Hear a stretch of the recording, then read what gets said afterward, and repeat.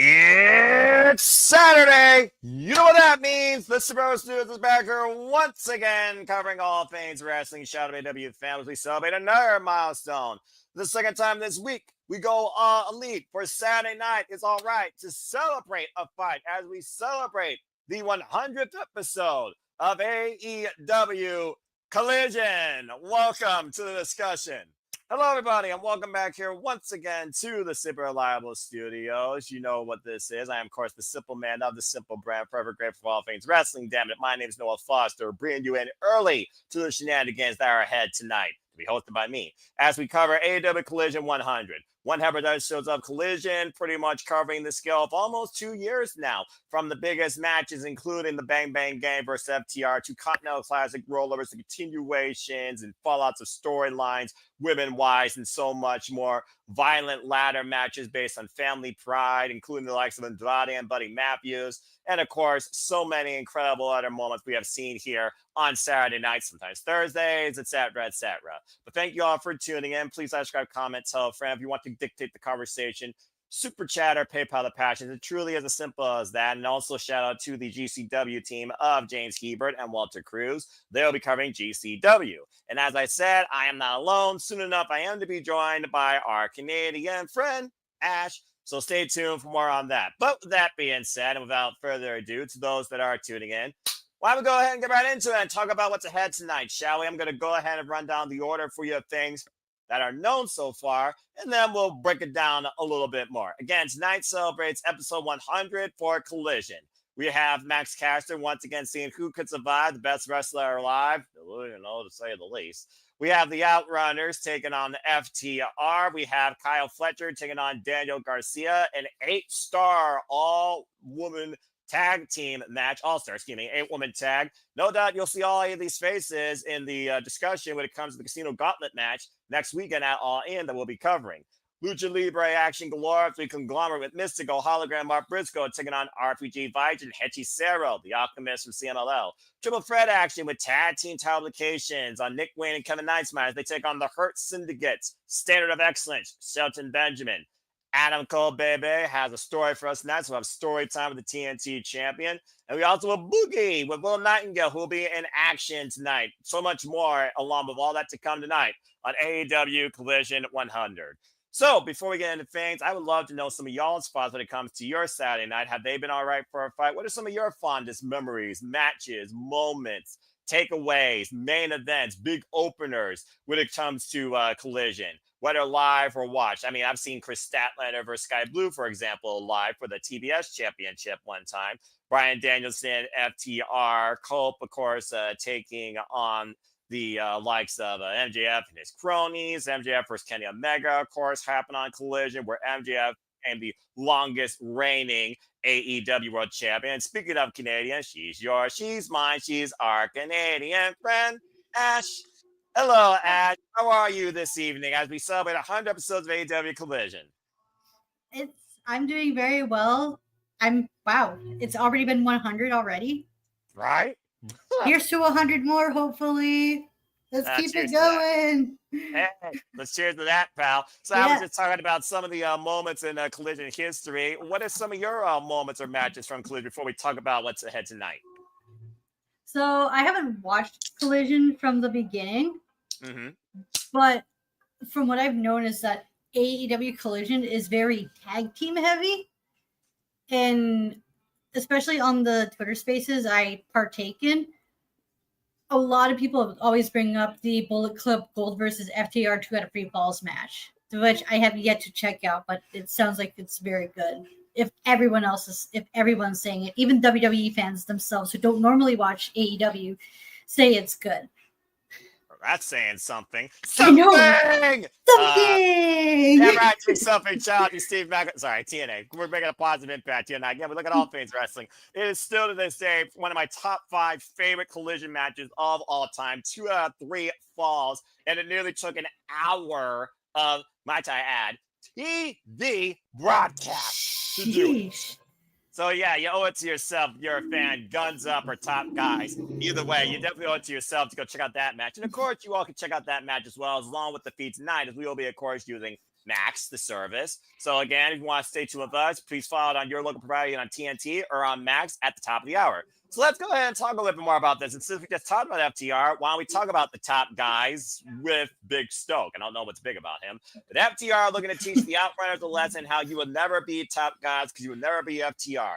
The Outrunners realize they are not FTR, and the fans love them because they aren't them. The Outrunners are going to teach FTR a lesson in humility, but I fear the alternate, despite the fact we're going back in time to the 80s.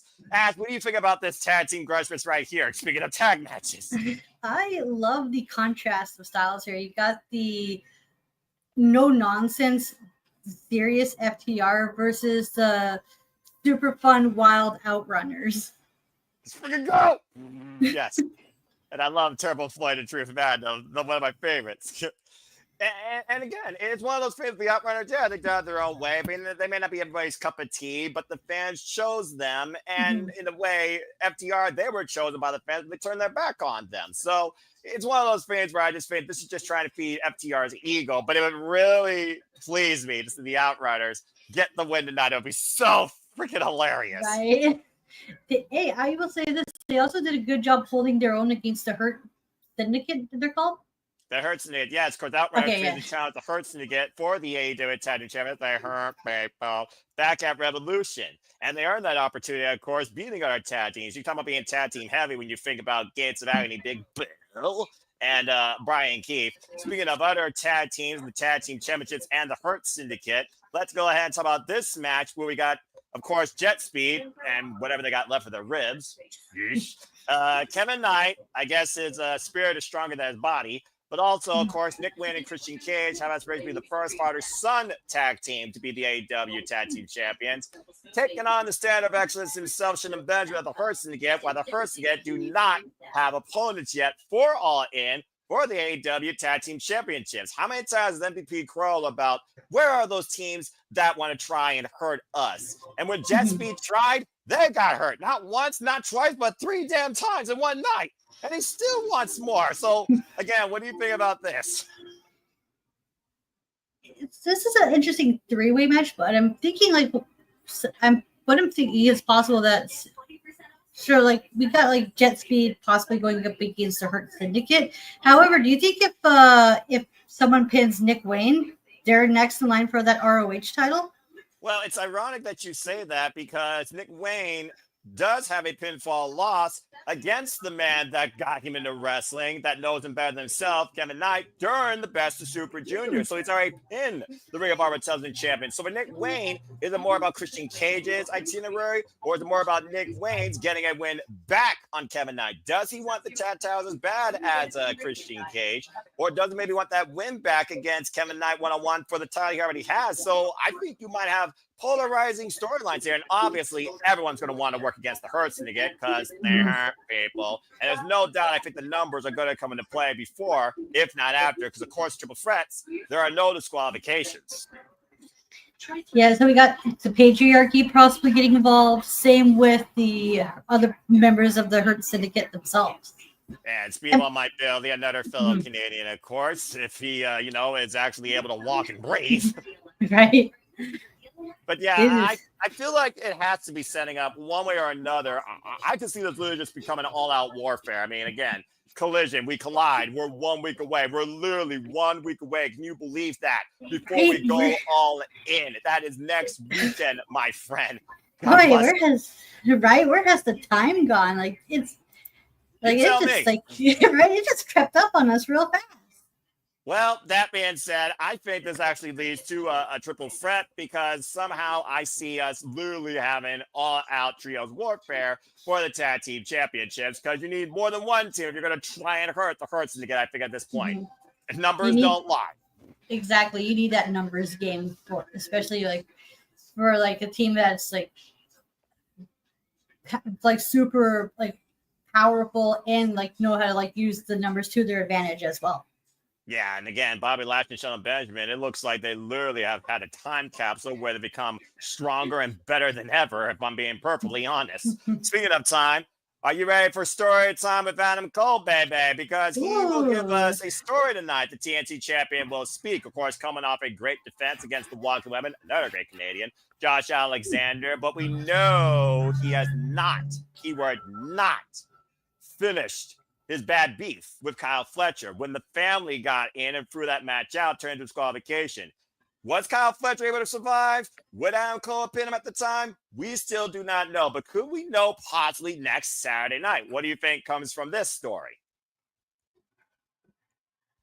I don't think we get like another contender. It's like I think they were going to get like an interruption with another Don Callis family member, and we'll probably have Adam run through the Callis family gauntlet. So he's already gone through Alexander. Who's to say Takeshita doesn't come and try to challenge for him? Well, Takeshita is already busy next weekend because next Friday night, he's challenging Bandito for the Ring of Honor World Championship and Supercard of Honor. And stay tuned, folks. Not only will there seem to be Disney for that, we will be covering it. Commentary team to be determined because I'm basically calling everything that's the big four. As always, WWE, NXT, AEW, TNA, ROH, the story of my life, not to mention our NJPW stuff we'll pick up here soon. And speaking of Kyle Fletcher and speaking of people that possibly could challenge for this title. What do you think about this? After Kyle came off the win last week in the Battle of the Kyles, that was freaking incredible. Taking on Daniel Garcia, where it seems like Romero might be trying to encourage him to look towards a family, an actual family versus someone you think that's family if you want success in this business, despite the fact they once were called Cyrus the Virus. Kyle Fletcher, the Pro Star, goes one-on-one with the former TNT champion. Daniel Garcia, after a incredible match against Kyle Riley last week, with the bad beef continues with Paragon versus the Don Callis family. You're talking about recruitment. You're talking about numbers. Talking about another member. Could you possibly see Daniel Garcia being the newest member of the Don Callis family based on this match? It was a match where hate was brought out of Kyle Fletcher that encouraged him to endorse Don Callis as someone to follow. When Kyle lost to Takeshita during the days of Rampage, could it be a similar situation here? It is possible. And also think of this, like what momentum this could give Kyle Fletcher if he does pick up a win against the TNT champion as he's challenging as a possible contender for Adam Cole's TNT championship. And again, Daniel Garcia lost the title to Adam Cole. We literally called it, of course, back at AEW Double or Nothing. So again, Daniel Garcia, he kind of been lowered alongside the Paragon out of respect. But what else has he gotten out of it? And again, champions usually do get a contractually obligated rematch. So I would imagine out of respect, would Adam Cole want to defend against Daniel Garcia? Or out of revenge, would he want to defend against Kyle Fletcher? Or in a very rare dynamic, could we get a triple threat? That's possible too, because right now with the TNT title picture is just like we got Garcia, Fletcher, and possibly other members of the Don Callis family as well, like we've seen last week with Josh Alexander. Yeah, Rocky Romero, Trent Baretta, the jury is out on that. I'll tell you who's not going to do it, because listen, who can survive? The best wrestler alive. It's everyone's favorite 5-minute squash. So what the hell? Let's just put it out there. He's going to do the chant. We're not going to do it. But Ash, humor yourself in Tony Khan 5-minute booking. Who the hell shows up in squash and Smackcaster? Thinking. Yeah. I was like, who on the roster right now that they're pushing could benefit from this? Yeah, to benefit from 5 minutes of fame on TV. Right? Give him that much needed TV time. Right? Like someone from Ring of Honor we haven't heard from in a while. I mean, Shane Taylor's no stranger to making a statement. So, I mean, he also, of course, was literally on Collision last week against Swerve Strickland. And again, right now, he has no way towards Supercard of Honor, but his boys, the Infantry, will challenge for the Revival Tag Team Championships alongside Top Flight against the Sons of Texas, Dustin Rhodes, and Sammy Guevara. I mean, it could be someone from CNLL. It could be somebody from New Japan. Because remember, after we go all in, we're heading across the pond next month to the Forbidden Door. So, again, the jury is out definitely on this. But either way, this should be fun. Maybe Buddy Matthews. I haven't seen him for a while. I don't know if he's injured that'd or be a what. nice return for him. Yeah, I would love to see Buddy Matthews come back to form. So there's definitely somebody right there. Or Brody King, possibly, who's been heavily featured on Collision. Tomohiro Ishii, just because I love my boy. That Ishii. too, yeah. I'm just saying. Well, I think he's actually involved in NJ Soul tomorrow, so maybe that's not going to happen. Yeah. Still, either way, you guys can go over or under 2 minutes in the chat as soon as the bell rings, and we'll see who is right. Either way, Matt Scaster, he's going to die once again tonight. And that's a mic drop. Okay, but moving on from there, let's talk about some women, shall we? Because while we know the women and the men aren't afraid to hit each other here, what do you think? I have a little Nightingale tonight, considering she's like conglomerated with Mark Briscoe on the conglomeration last week. But also last week, we saw the Death Riders cost her a chance to be the number 1 entrant in the Women's Casino Gauntlet. And with so many women on the night show, everybody's looking to build some sort of momentum in that gauntlet where you have no idea what number you come out. The only thing we know definitively, the new Eve International Champion, congratulations, Chris Statlander, is the number 1 seed. What do you think Willow gets into tonight? Either she probably gets it in with Marina Shafir or possibly Chris Statlander. Did you see on Twitter the interaction between Mercedes and Chris Statlander? That was so funny. Yeah, another belt. What? Oh shit! Right? And Statlander's like, "Please stay away from me. No, go away. Let me enjoy this while I can before you get your paws on it." Look, unless you challenge the Death Rider MO and puts the CEO through like glass or text and puts her down for a strong count, Stat and Monet do not need to have a rematch. I'm just saying. No. Besides, she needs to worry about the fact that she thinks she can win the belt to add to the belts of the bunch next week at All In when we cover, of course, Mercedes Moné challenging Thomas Tony Storm for the AEW Women's World Championship. Whether or not we hear from Tina or Thomas Tony Storm tonight, that remains to be seen. And speaking of tag team action, trios actions, conglomerating, and the CMLL, let's go ahead and talk real quick about this 6 tag. Hey, Hologram's back. Yes, Mistico, Hologram, Mark Briscoe versus Roppongi Vice and Hechicero. Of course, Hechicero been working with the Don Callis family since friggin' Fighter Fest. And of course, Mistico, I wonder whether or not he's going to be focused on this or focused on getting back after the man that not only embarrassed him in Mexico, but also tried to embarrass him in his home turf of MLW, the Maxwell Jacob Freeman. Why Mark Briscoe called MJF for a little shit next week on Dynamite. Whether or not MJF answers that remains to be seen as well. But Hologram, one thing about Collision that is for sure, Hologram never loses. Hologram is still undefeated. He is unpinned and unsubmitted in his AEW career. But what do you think comes out of this 6-man tag? Do we see a possible interference from MJF to continue his feud with Mistico? I mean, I think they're just going to, I think at this point, just book MJF versus Mistico at All In, I think is what needs to happen. Then again, we know MJF is number 2, while Mark Briscoe is number 1. Both men already got an agenda. Mystico does not. Does not mean he can't be an entrant to be a spoiler. That is a possibility, yeah. But yeah, Hechicero. Come on now. More Hechicero. I'm right. This is going to be a fun match. And again, the thing about Collision, again, a lot about Collision is really exhibition showcases of what you said. Tags, trios, multi-person warfare. Sometimes you get a little bit of violence. We've seen some crazy street fights, some ladder matches. And when it comes to all of these women, speaking of Casino Gauntlet, this women's a primary. This is the main event. Check out this freaking field. As we have an all-star 8-woman tag where you know all 8 of these women are going to have the Casino Gauntlet in mind. And more particularly, Thunder Rosa is going to have Athena on her mind because Thunder Rosa looks to dethrone the forever Ring of Honor Women's World Champion at Supercard of Honor, when she challenges Athena for the Ring of Honor Women's World Championship. So what do you think about this?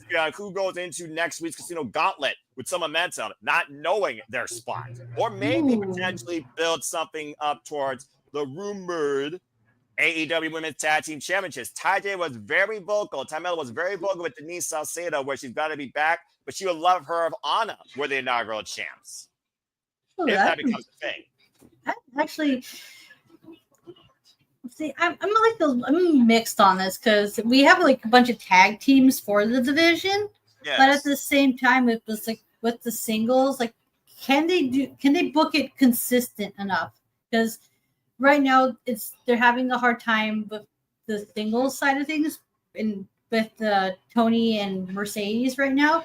So I'm like a little iffy, like how they're going to book the the women's tag division, because we don't have that much tag teams right now. So how are we going to cycle through them without it being stale? Yeah, it's also one of those things where at the end of the day, I think more so women's blood and guts are kind of clashing for tag titles. But Team Super Bad, Ty Mello, Julia Hart, and Sky Blue, Queen Aminata, Thunder Rosa, and Persephone from CMLL, Billy Starks and Athena. They definitely could build definitely a roster. Definitely looks like they have more of a roster than some places. Raw. Right. But I do think more so, there's definitely a dynamic of Trios Warfare, Battle Lines Draw. We saw Thekla, of course, join Sky Blue and Julia Hart in a beatdown on Queen Aminata that led closer to this. Not to mention, Sky Blue and Julia Hart will be competing at Pro Wrestling E Forbidden Door weekend. So we already know that those two are going to take their violence across the pond, if not worldwide. And Ty Mello just coming back, of course, into the fray with TayJay, where it feels like Anna Jay finally has the right partner to help her move forward in AEW, because TayJay was always stronger together than they were separate. So it is one of those things also, though, where Red Velvet got involved, put the title in the ring, and allowed Athena and company to get the win over this team, which is basically the same team as we saw last time, if you all remember, last week's Collision. But we also saw what happened this week in the Women's Gauntlet match, didn't we? Where that backfired heavily. So I feel like, figuring about Supercard of Honor and the Casino Gauntlet, I think the baby faces are going to surprise us and get the momentum here. And shout out to my brother King in the chat, who also has followed Collision. We're all elite since day zero. Speaking of all in 2018, for those that don't understand that, before AEW was a fever dream. What up, bruv? And by the way, he's going all in, literally. Oh, nice. That's so cool. So, King, I look forward to you on being simply predicting, if you can, while after our Dynamite watch along and final chat, bruv. But enjoy Collision tonight. Appreciate you, bruv. Well, that being said, after we're 2 minutes away, I'm going to load the max speed. But yeah, I think the babyfaces get the win here. And Thekla with Sky Blue and Julia Hart, violence personified. Thank you. Ooh, that's a wicked. I like this aspect a lot. That's a wicked trios team. Look, until we know when Jamie Hayter returns and we finally see her attempt to hit Thekla hard, you got to do something else in the meantime. So I think this is a good interlude. And I do think injuries have changed some plans with the AEW Women's Division too. That being said, let's load our max feeds and get ready to go. Because, folks, it's Saturday night. You know what that means. That is your AEW Collision 100 preview based on what we knew so far too. So I hope that you all enjoyed the preview discussion. I hope you're all ready for some fun, high participation, some unique coverage, some unique takes. And who knows what else Madman Tony Khan has up his sleeve, not only for a Collision tonight, but for All In. Because right now, when you look at All In, we got 5 matches, maybe 6, if I think what's going to happens tonight actually happens. So let's see what else he has to this pay-per-view. That's supposed to be the biggest show in AEW history on U.S. soil, and so much more to come. But also, let's just enjoy professional wrestling too, shall we? I'm looking at the All-In card, and it's shaping up to be really good because there was some matches that we knew going in were going to happen. But I will say this, at least for AEW, even though it's not like set in stone, they're giving us an idea of what the possible matches could be, especially like with the Hurt Business and their interactions with Kevin Knight and Speedball. That could be their next opponents, which that they've been subtly building towards as well. TNT Championship. Yes, I was about to get that. Yes. I was just like, I got you here. I almost said PBS title, but it's like, no, she's challenging Toni Storm. I almost got my titles mixed up. Right, and of course, speaking of titles, we know that Kenny Omega Tsuchika Okada will compete for the first ever AEW Unified Championship. To say I'm excited for this match would be a freaking understatement, Ash. Right. I kind of want this to be the main event, but at the same time, I can understand Moxley versus Hangman being the main event, given that it's a Texas death match. Yeah. That's going to be bonkers. Yeah. Right? Just call it what it is. I mean, I'm not monetized, so people are allowed to French here, and I don't speak French. She's Canadian. I don't think she speaks fully French. But anyway. No. Fair enough. And again, tag teams. We talk about tag teams. Big Bill and Brian Keith's another one. The Gates of Agony apparently line themselves with Ricochet. AR Fox left out of the cold. What does that mean? As we're still waiting for the event to start here momentarily, folks. As Collision should be live here any moment. Oh, and as I say that, All right, well, we are live from Birchie, Ontario, California, Toyota Arena at Saturday. You know what that means. Happy 100th episode, everybody, for AEW Collision.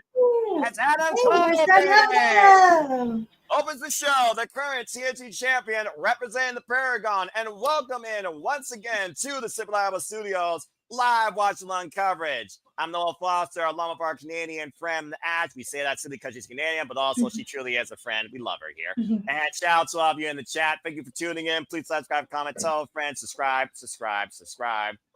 Don't be a dickhead. Subscribe. And again, want to dictate the conversation. Super chat, pay by the price, simple as that. Ash, 100 episodes, nearly 2 years of wild Saturday nights, and it continues on tonight before we go all in next weekend. You ready to go?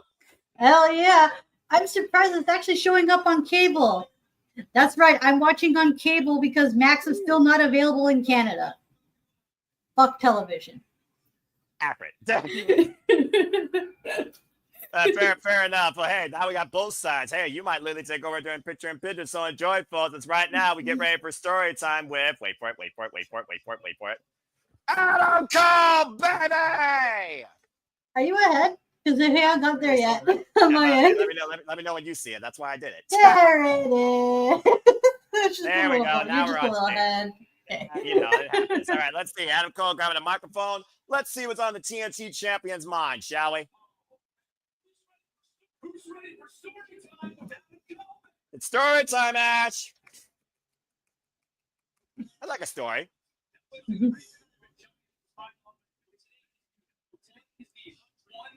100 episodes. Congratulations. 100 already. Right? Here's 200s more. Here's 200s more. And 100 and 100 and 100. Well, thank you, Adam Cole. Definitely some of the best. Yeah. I've been in the Impact Zone. I've been to all elite shows. It's hard to figure out which one is more passionate. But AEW is one of a kind. I will say that. It is. Like when they came, both times they came here to Winnipeg, the crowd was bananas for it. Because here in Winnipeg, we don't really get that much wrestling shows. So when they come to Winnipeg, oh, you bet your ass we going.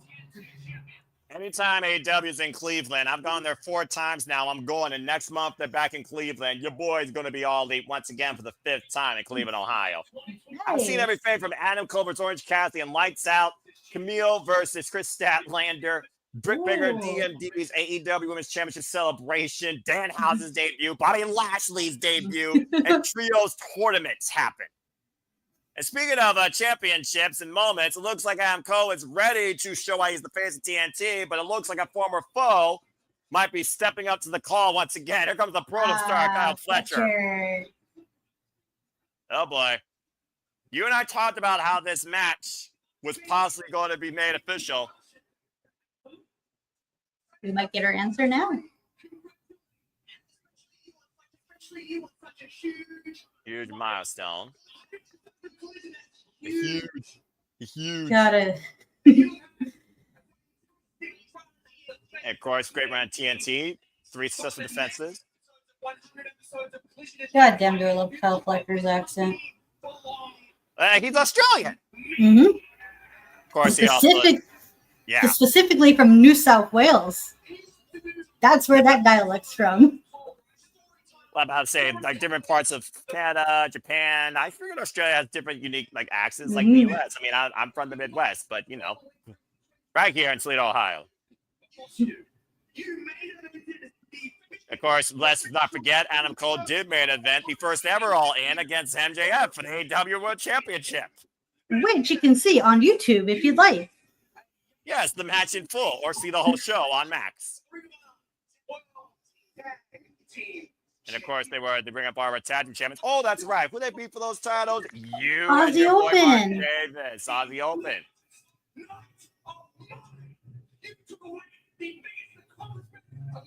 I'm guessing Kyle Fletcher never forgot about that. Clearly. it just adds more stakes and heat to the match, doesn't it? Well, revenge is a dish best served. You know how that goes. Adam took something from him, and he's trying to take something away from Adam at one of the biggest events of the year for AEW. Like Sapphire Reed said against Nina Samuels, eye for an eye. You can go check out Pro Wrestling Eve, folks, on YouTube. Shout out to Dan Reed, Will Ospreay, and the entire team. Great show on Friday. Congratulations again to Chris Statlander, the new Eve International Champion. Stats where it's at. Stats where it's at. Every night on Saturday night. Uh-oh.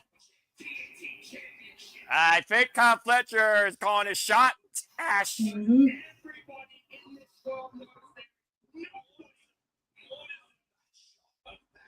mean, it's hard to argue. Garcia. Well, well, the one person that may deserve it might be the former TNT champion. Do AEW do rematches? Once in a while, not nearly as much as some companies, thankfully. Okay, so it's not automatic and guaranteed. Let's be honest, the automatic rematch clause thing stopped over 2 decades ago. Oh, I wasn't sure if that was still a thing or not. That's why I'm asking. I'm pretty sure that they threw that out the rule book. Okay, fair enough. Unless a wrestler truly wants it that soon. That's true, and demand it and force it to happen. Fair play, yeah. I guess the story calls for it, right? Well, yeah, and to be fair, both men are very key players in this story. Dan Garcia, former TNT champion. Kyle Fletcher, former Ring of Honor World Television champion. Oh, yeah, that's right. He held that title, didn't he? That's right. He won it in Survival of the Fittest. And then he lost it to Atlantis Jr. Damn. He just had it for a... How long did he hold that title for? He held it for quite a while, actually. Okay, no, so it wasn't like a cup of coffee he held it. It was actually like a proper reign. Oh, yeah.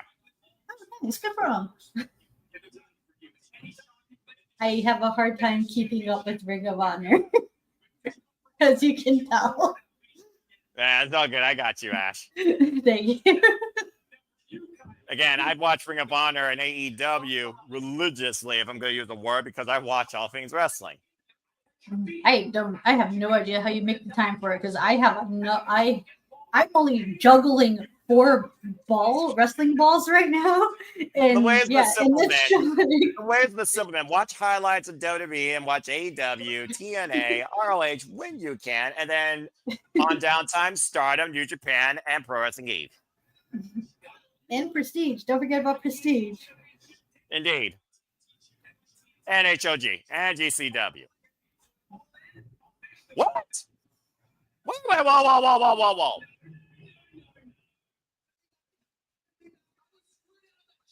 Yeah, I guess Kyle Fletcher knows the rules of triple threat. Yeah, Adam wants both of them. Wait. And by the way, Kyle Fletcher did beat Dan Garcia in the Continental Classic while he was TNT champion. Oh, yeah, that's right. Yeah, that was the thing that happened.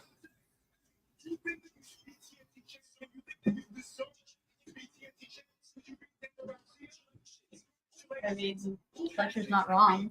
And also, who hasn't beat Dan Garcia? Dan Garcia's not wrong. Everyone has a point here. So, yeah, let's just make it a triple threat. At least this has a reason and storyline reason behind it for being a 3-way, in which it makes sense for it to be a 3-way. Instead of being like, hey, we need to get people on the card. Let's throw them in this match. You mean like a battle royale at WWE Evolution with 15 women by name? Yeah, something like Stop that. me when I'm telling lies. I mean, you're not wrong. You're not wrong. Again, AEW has their way of booking things, and WWE has their way of booking things. Exactly. I'm just saying, though, when you call out Ace of Spades, let's just call it what it is. Every company's guilty of the same bullshit as they are good stuff. It's just based on what fan you are. You see more good stuff in some companies versus others. Is there... I mean, there's probably a reason for the Battle Royal. I'm hoping it's the #1 contenders match. According to what I read, it's about a match for Clash of Prairie, but it looks like the #1 contender matches. Adam Cole is going to honor what Dan Garcia just said. Looks like Dan Garcia and Kyle Fletcher just became a #1 contendership match where the winner will face Adam Cole at All In for the TNT Championship. Ooh, nice. And speaking of champions, hello, Tony. Timeless Tony Storm has lived and died and came back to life for that AEW Women's World Championship, while Mercedes Moné looks to be the final curtain call and sees the spotlight. The games have been played, but who will hit checkmate next week, Saturday? Something the lineup we're fighting for. This could go either way. It really can. It's insane that it really can. Mm-hmm. Big shiny gold belt she wears around her waist. The big shiny gold belt she wears around her waist. Let's just call it what it is. Right. I love how in that one promo, Tony says, I just need one belt, where you need multiple to solidify that you're the best. This is the definition of the parts of the sum versus the sum of the parts. Why one only needs one part.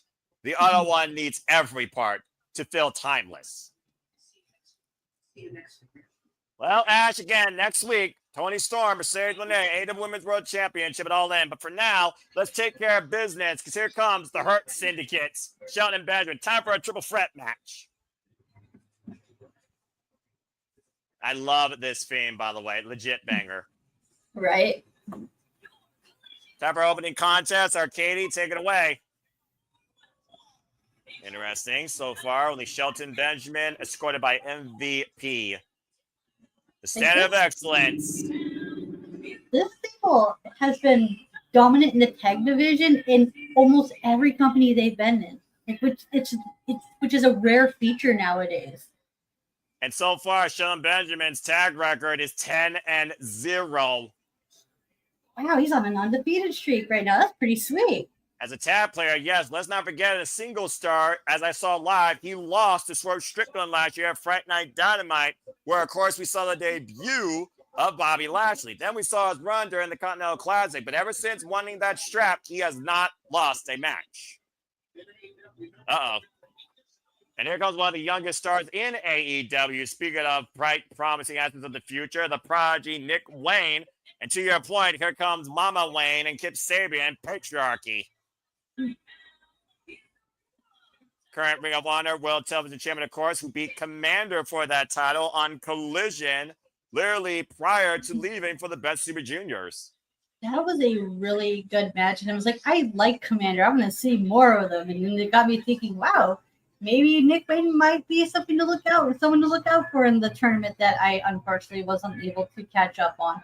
Well, of course, you can catch up on anytime at NJPWWorld.com. And stay tuned, folks, as our Canadian friend Ash will bring you up to speed with NJPW when she can, when she will preview the G1 Climax. Of course, stay tuned for more on that if you haven't already. Subscribe today to Batty for Wrestling. Don't be a dickhead. Where Zack Sabre Jr. will go in as a defending IWGP World Heavyweight two-time World Heavyweight Champion and G1 Climax winner. Subscribe today for more news on that. Batty for Wrestling. Stay tuned for tomorrow when I get my thoughts on how him being the new IWGP Heavyweight Champion, as well as the play-in for the G1 tournament. Very good, Ash. Well, you're already set to take the airways of the internet. Speaking of which, time for the jet to fly if he can. Here comes Kevin Knight, and look at his rib cage. Yeah, this dude's banged up, man. He's got a target on him right now. Well, the Hurt Syndicate did say, after we heard you, if you can still walk, maybe we'll give you a chance at the titles. They not only walked, they tried to assault them from behind, and then they asked for more, not once, but twice. 3 straight assaults by the Hurt Syndicate, and Kevin Knight still wanted more as he called him, as he called him Benjamin, after they decided to add himself to the picture. I ain't having that. He just ducks out. God.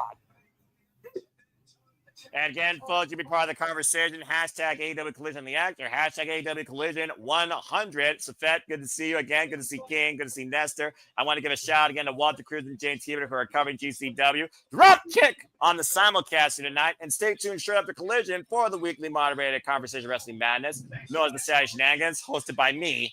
Oh, man. At 11 p.m. Eastern Standard Time here on the Super Live Studios. We're just getting started tonight, folks. Again, Kevin Knight is a very bright, promising wrestler, but it's foolish when you let your pride get in the better of judgment when you're going in here way less than 100%. And Shelton Benjamin is doing that heavily. Especially against someone who's like scrappy and technical as Shelton Benjamin. Oh!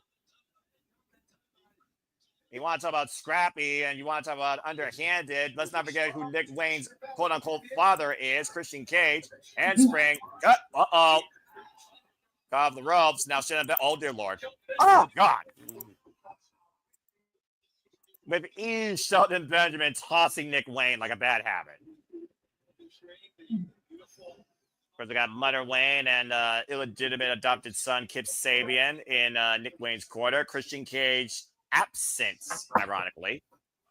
Inside Cradle, roll through by Kevin Knight almost caught him. Excuse me. I do think, though, the strategy here should definitely be Kevin Knight and Nick Wayne working against Shelton Benjamin here. Turn this to a one-on-one match. Right? Like, eliminate the stronger man and then focus on, form an alliance. And then once the... Oh, okay, never mind then. Well, I was thinking that was actually going to happen, and then Nick Wayne did that. Yes, of course. I forgot about how sneaky Nick Wayne can be sometimes. Well, we know the respect, though, that Nick Wayne does have for Kevin Knight, as we learned during the Best Super Juniors. It was Kevin Knight that taught Nick Wayne the fundamentals of wrestling before his father was even able to develop him, of course, the late, great Buddy Wayne. And again, Kevin Knight owns a pinfall win on Nick Wayne during the Best Super Juniors. With that new movie pulled out, the UFO Splash. Now these shoulder blocks in the corner, again, just driving the win out of Kevin Knight.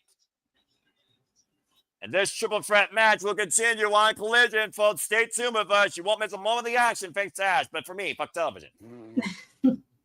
It's just one of those things, Ash, where I think about, again, the dynamics of the tag team titles. It really did feel like for a little bit there were no tag teams to challenge the Hurt Syndicate. And here you possibly have two, even if one's probably at maybe 50%. Yeah. I mean, they had to build like some tag teams because the one tag team that they had built up for them unfortunately got injured with the murder machines. Yeah, Brian Cage get well soon. Of course, Lance Archer, the enforcer for that freaking parasite, Don Callis, who I'm sure will not be too far away from action tonight, but probably has to regroup, knowing that Golden Lover Kota Ibushi is back in Kenny Omega's corner. It was Kota Ibushi and Kenny Omega, of course, who beat Kazuchika Okada and Gato back at Dominion. Very well, could have the same result next week at All In, will be crowned the first ever AEW Unified Champion. You know what's really sad is because Kota Ibushi's been out for injury for a while, I forgot he was signed to AEW. Really? Yeah. But it's like, it's like the thing you don't think about. It's like, how many people you forget are signed for this company? Are they actually working? Like, who? Oh, yeah, I remember that person. Wait, why is he not working? Why is she not working? Et cetera, et cetera. It's the problem with the two biggest companies on the planet, particularly WWE and AEW, overinflated roster. The difference is WWE's got a farm factory called NXT and Evolve underneath it. Mm-hmm. And they're building wrestlers from athletes. They aren't even hiring wrestlers. It gets to the point where how many wrestlers is too much? Well, I did say the biggest flaw of the business is the amount of quality and quantity, where the quality is developing at such a young age that the quality is becoming more than the business is willing to pay for at the greater heights.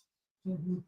But again, that's a whole different conversation. Speaking of which, folks, stay tuned for more unique conversations ahead here on the Saturday Shenanigans. The itinerary, of course, will be revealed at time of play, as we usually do on the Shenanigans. We never spoil the main event ahead of what we're actually going to talk about, but stay tuned for a very unique 3-course topic plan, as well as you, the viewers, would dictate the conversation. 11 p.m. tonight, Saturday Shenanigans, hosted by me, Samantha Foster, and we will be back here very soon on Collision. But yeah, Shelton Benjamin, Bobby Lashley. Who would probably see Bobby Lashley as a tag team specialist? We got back here on Collision right now. Nick Wayne with Kevin Knight in the ring. MVP trying to coach Shelton Benjamin back into this fight. Referee Stephon Smith, by the way, for this contest. And Nigel McGuinness and Tony Schiavone, of course, commentary for Collision.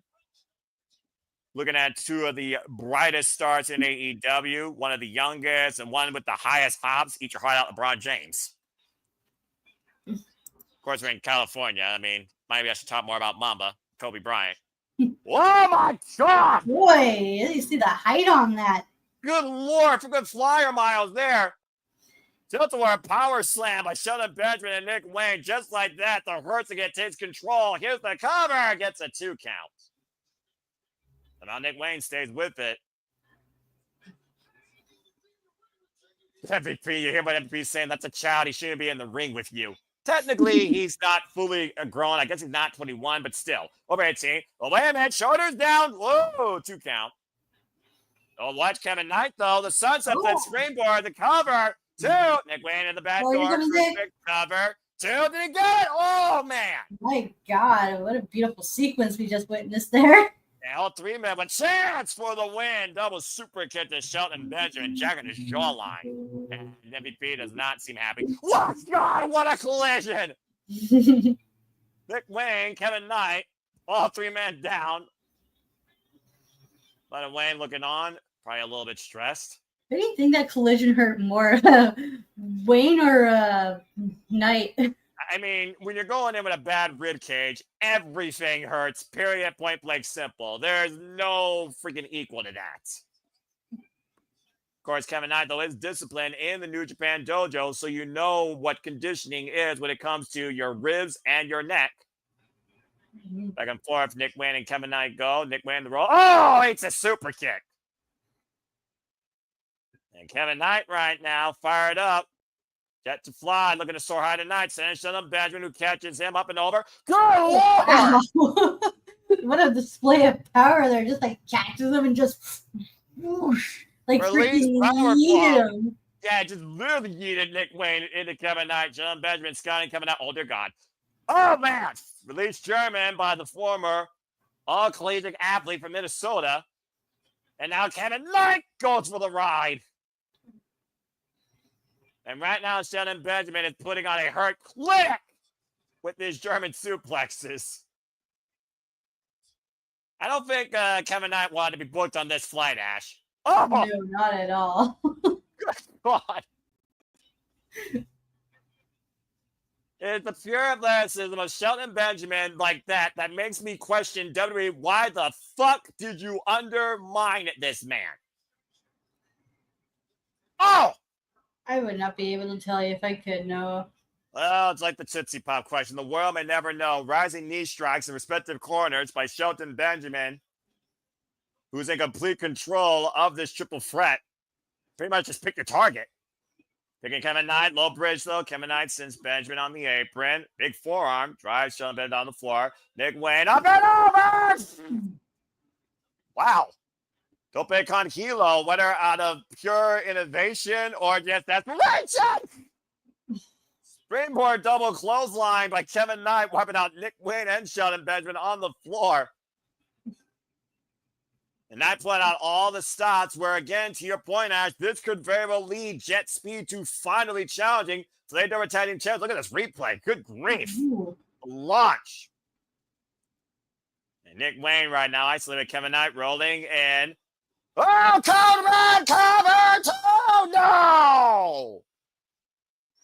Wow. The speed at which he pulled out that code red, right? That's what that is? Yep. Yoshitonic, code red, forward flip. And right now, Nick Wayne might be looking for the Prodigyplex. Inside cradle. Almost got him again. Oh, man. Great drop kick, though, by Kevin Knight, where Chris Charlie will tell you it's in the shoes when it comes to this man's hops and heights. And you gotta watch Shelton Benjamin, though. You gotta be aware of everybody at all times. Kevin Knight turning around, see Shelton Benjamin in the corner. Shelton sending him up and over. Uh-oh. Ankle lock. On the top rope, though. He only could hold that, though, for literally about 4 seconds. But again, student of Kurt Angle, world's greatest tag team revisited. Ooh. Meanwhile, Nick Wayne with the round kick, back of the head, handspring, cutter, stunner, excuse me. And Nick Wayne, lateral press, cover on Benjamin, UFO splash, breaks it up. Kevin Knight, cover on Benjamin. Kevin Knight, one half of the AEW World Tag Team Champions. Now, if that doesn't earn them a tag title shot, I don't know what would. How about that? MVP right now, I don't know whether he's disgusted or impressed. As again, we're talking about going all in. The Hurt Syndicate might be literally on up for business. As we look back on Dynamite last Wednesday after Jon Moxley saw Marina Shafir taken out with a buckshot lariat. It looks like it was a no move to talk. It's Claudio gonna speak. Oh dear. Claudio, you gonna speak?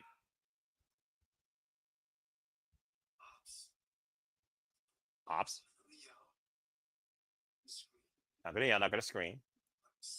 I'm sick of you sticking your nose to our business.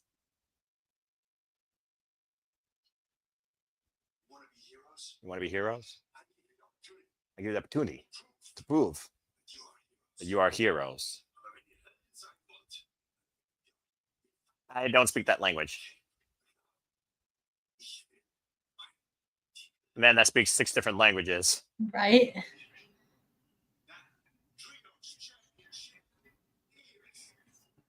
That Trios Championship is mine. All in Texas? Oh, okay. Wait a minute. They're down a man. Who the hell you get? Oh my you God. and Claudia with the challenge. Are we getting a new? Are we getting it? Oh my! Oh. Television, full commercial. Anyway, you got wait. No, Ash. No, I know what you're thinking. No, you don't seriously think. No. Ash, no. Well, you did say he worked for Jon Moxley. Go ahead, say it. Do you think Gabe Kidd's gonna join? He's a madman, you know. Well, after an incredible defense at NJ Soul against Hiroshi Tanahashi for the Goldweight Championship, again, you can watch that in the world, folks.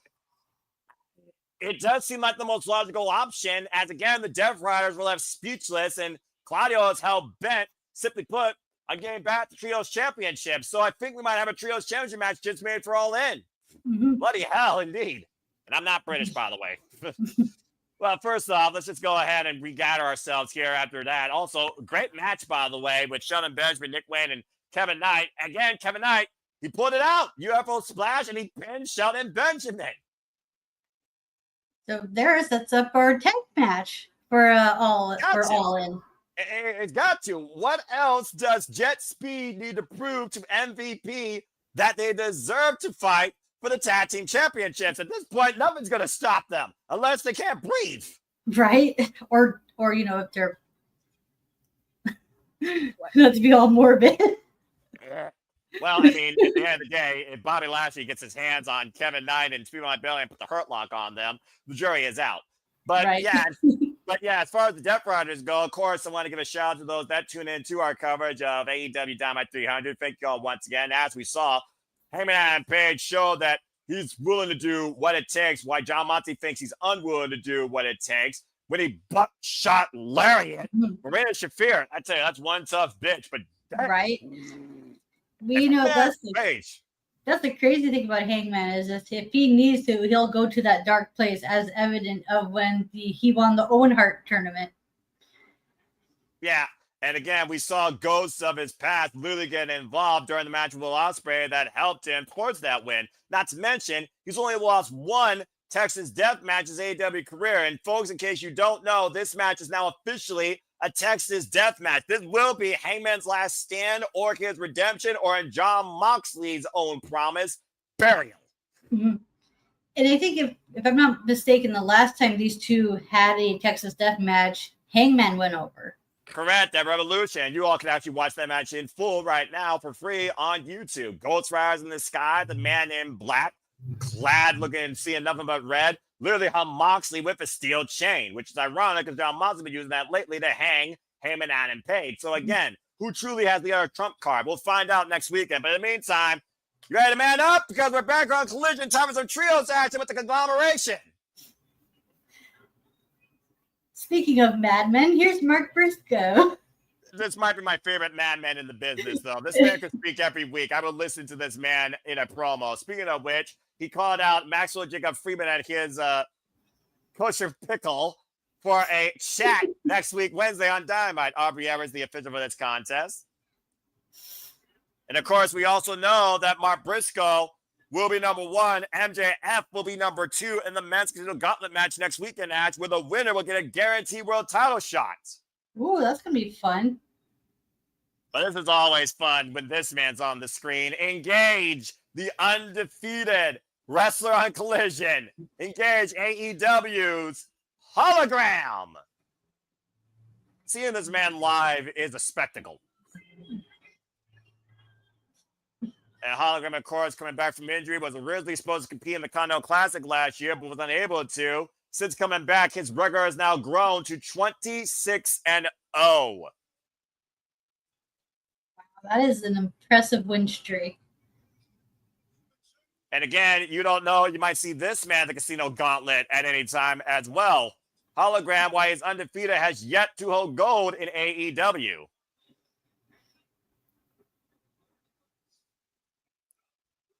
And again, it could be anyone from AEW, it could be anyone from any company he has that shows them those gauntlet matches we've seen in the past. It could be this man. And listen to that ovation for CMLL's Mistico. Coming out once again to that incredible Latin love song, as my friends in my chat told me what that was about. That's what they were singing, by the way, down in Grand Slam, Mexico. I cannot remember the name of the song for the life of me, but the former Sin Cara, aka Mistico, AEW record of 3-0. One of the greatest luchadors going right now, of course. We saw this man also in MLW get confronted by MJF. And apparently the fans in Ontario, California know his song as well. Nice. Some of them are singing it. That's really cool. Showing their love to Mistico. Mistico is really good. It's such a shame how his WWE career went. Well, it's the state of the business, Ash. Whether it's WWE or even TNA, there's just some people that just can't make it the way the company wants you to be. Yeah. Aubrey Everett's digging this feed. That's the misfortune of this of the pro wrestling business, where they strive in one place but not so much in another. Well, that's why you just gotta find your spot or make it your own, and Swerve Strickland proved that. Oh, absolutely. Speaking of claiming a spot and make it your own, here comes our Punky Vice and the Don Callis family with Hechicero. With a darker version of our Punky Vice theme. You see Hechicero, of course, has been on the Don Callis family payroll and also no stranger to Mistico if you followed his work in CMLL. It's a unique tandem, though, I will say, and you gotta imagine Romero had a lot to do with Hechicero being part of the Don Callis family, at least for the time being. Mm-hmm. Of course, bridging the gap with CMLL and AAA, part of the higher office of New Japan Pro Wrestling, lest we forget. Literally suplexed out of his boots, practically. Well, Aubrey Edwards, the official for this contest, pretty proficient in Espanol, but we'll see how she handles this conglomeration and confrontation. Well, I was going to say she was going to handle it well, and then this happened. The fists go flying, and the bats are ring. I mean, you can't be surprised. It's a trios match. Chaos is abound. And that's also accurate. And right now, Romero with Mistico and Hechicero, of course, we've seen him with wars against the likes of Zack Sabre Jr., Bryan Danielson, a who's who here in AEW, Daniel Garcia. But we've also seen him work pretty well, though, with Roppongi Vice for these last few weeks on these spectaculars. Mistico chance running out loud and proud here. Mistico, hand, spring, back elbow, takes down Rocky Romero. And to your point, again, you wonder if Mistico or Mark Briscoe have MJF on their minds outside this match. Whoa! Incredible agility there being shown by Mistico with the arm drag takeover. Now sent up and over. It lands on the apron. Rocky Romero went for a swing. Confidence Gamaguri, excuse me. A big forearm strike. The Gamaguri, for those that don't know, is a higher angle kick on the temple, more so from the outside. Take over to Harris. Front of the corner, in comes Trent, in comes Mark Briscoe. Again, Mark Briscoe, redneck kung fu on full display. Man, I love Mark Briscoe. He's a joy to watch. If you had a word of the day, Ash, what would it be tonight? Today's word of the kid. It's crazy. It's crazy. Crazy? Oh, I thought it was going to be batty. We're simply batty, but okay, we're simply crazy too. And Mark Briscoe is simply off his rocker. At the stair at the outside. I don't know if Mark Briscoe ever blinks, by the way. Off the ropes, takes down Trent. Former Ring of Honor World Champion, of course. 13-time Ring of Honor World Tag Team Champion with his brother Jay Briscoe. God rest his soul. Mm-hmm. You can make the argument that the Briscoes are the best ROH tag team. Yeah, about to say it. Hologram and Mistico! Just like went head first like a torpedo, just like. And both torpedoes hit their mark, to your point. And of course, Mark Briscoe needs a chair. Again, he can't use it as a weapon. And of course, Collision celebrating 100 episodes. For those that don't know, Hologram debuted on Collision. Trent. Boo. We'll leave it to the Don Callis family to play party poopers and spoilers. Oh, up Toho face first into the chair. Just using the chair to his advantage as Aubrey Edwards is tending towards. Yeah, but Rocky also distracting Aubrey way too long as the cover is in play and Trent only gets a 1 count. Well, this trios warfare continues, folks. The restaurant quite picture-in-picture on TNT, but on Max, you got full commercial again, Puck Television. Because you were just losing yourself right there while he freaking took the chair out of place from him. It was so funny. I was not expecting that. I mean, I was like, nope. Well, at least it was Trent Baretta, not Aubrey. I mean, freaking Rick Knox was like, no, you can't use that chair. Right. Freaking Rick Knox, come on, man. You should know what Mark Briscoe does. Of course, we've seen the beauty of the conglomeration. Anybody can conglomerate. We've seen Willow Nightingale. We've seen Commander. We've seen Kyle O'Reilly. We've seen, of course, Orange Cassidy. Of course, he's still out injured. Get well soon. And I believe he's still recovering from surgery. Tomohiro Ishii, my boy. Of course, one half of the IWGP Heavyweight Tag Team Champions, the oldest IWGP Heavyweight Tag Team Champion in NWW's history now. Congratulations to him. Alongside TayJay. And, of course, both those men will have one last chance to get into the G1 Climax tomorrow. Unfortunately, due to injuries, Hiroki Goto will not be able to compete. There is a last chance fatal four-way for the final spot in the G1 Climax between Chase Owens of House of Torture. And, of course, we have TayJay and Tomohiro Ishii, as well as, I believe, Satoshi Kojima. So, again, we'll see which one of those men punched their ticket into the G1 Climax tomorrow at NJ So. And I'm sure, Ash, you will talk more about that. And stay tuned, folks. Again, Ash will be doing her own little bracketology. And we'll be doing some sort of coverage and talks, I'm sure, down the line for the G1 Climax here at our studios at Bad for Wrestling. Please stay tuned. I was wondering, like, did the injury happen during the match? Or it was one of those instances where Hiroki Goto was wrestling injured and then Zach inadvertently exacerbated the injury? It's one of those things where I do think it was a lingering more than just happening in that match, but I think that match just exaggerated to the point that it couldn't recover because you got to remember, he was on the run of his life, nonstop, 6 title defenses of the IWGP World, and one of the strongest champions of that title's legacy in such a short period of time. Taking all the competitors, making the Gold Revolution truly global. In Japan, in America, you name it. But unfortunately, he also is one of the oldest athletes in NJPW. So your body does give out on you. So I think it's just Sassy Majority's Techers finally found a vulnerable weak spot and exploited it to the fullest, got the better of him. I was unable to watch the match because it was only a special live in Japan, but I'm sure that President Tanahashi would work on putting it on NW World so we all can see it. So Goto, get well soon. Absolutely.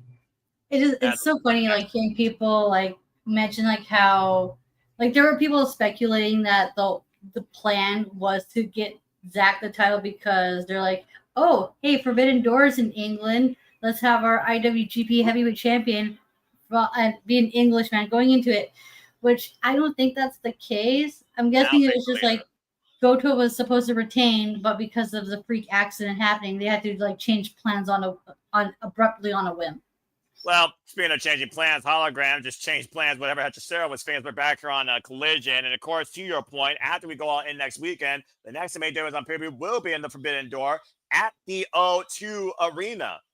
It looks like Roppongi Vice going for a double team on Hologram here. Whoa!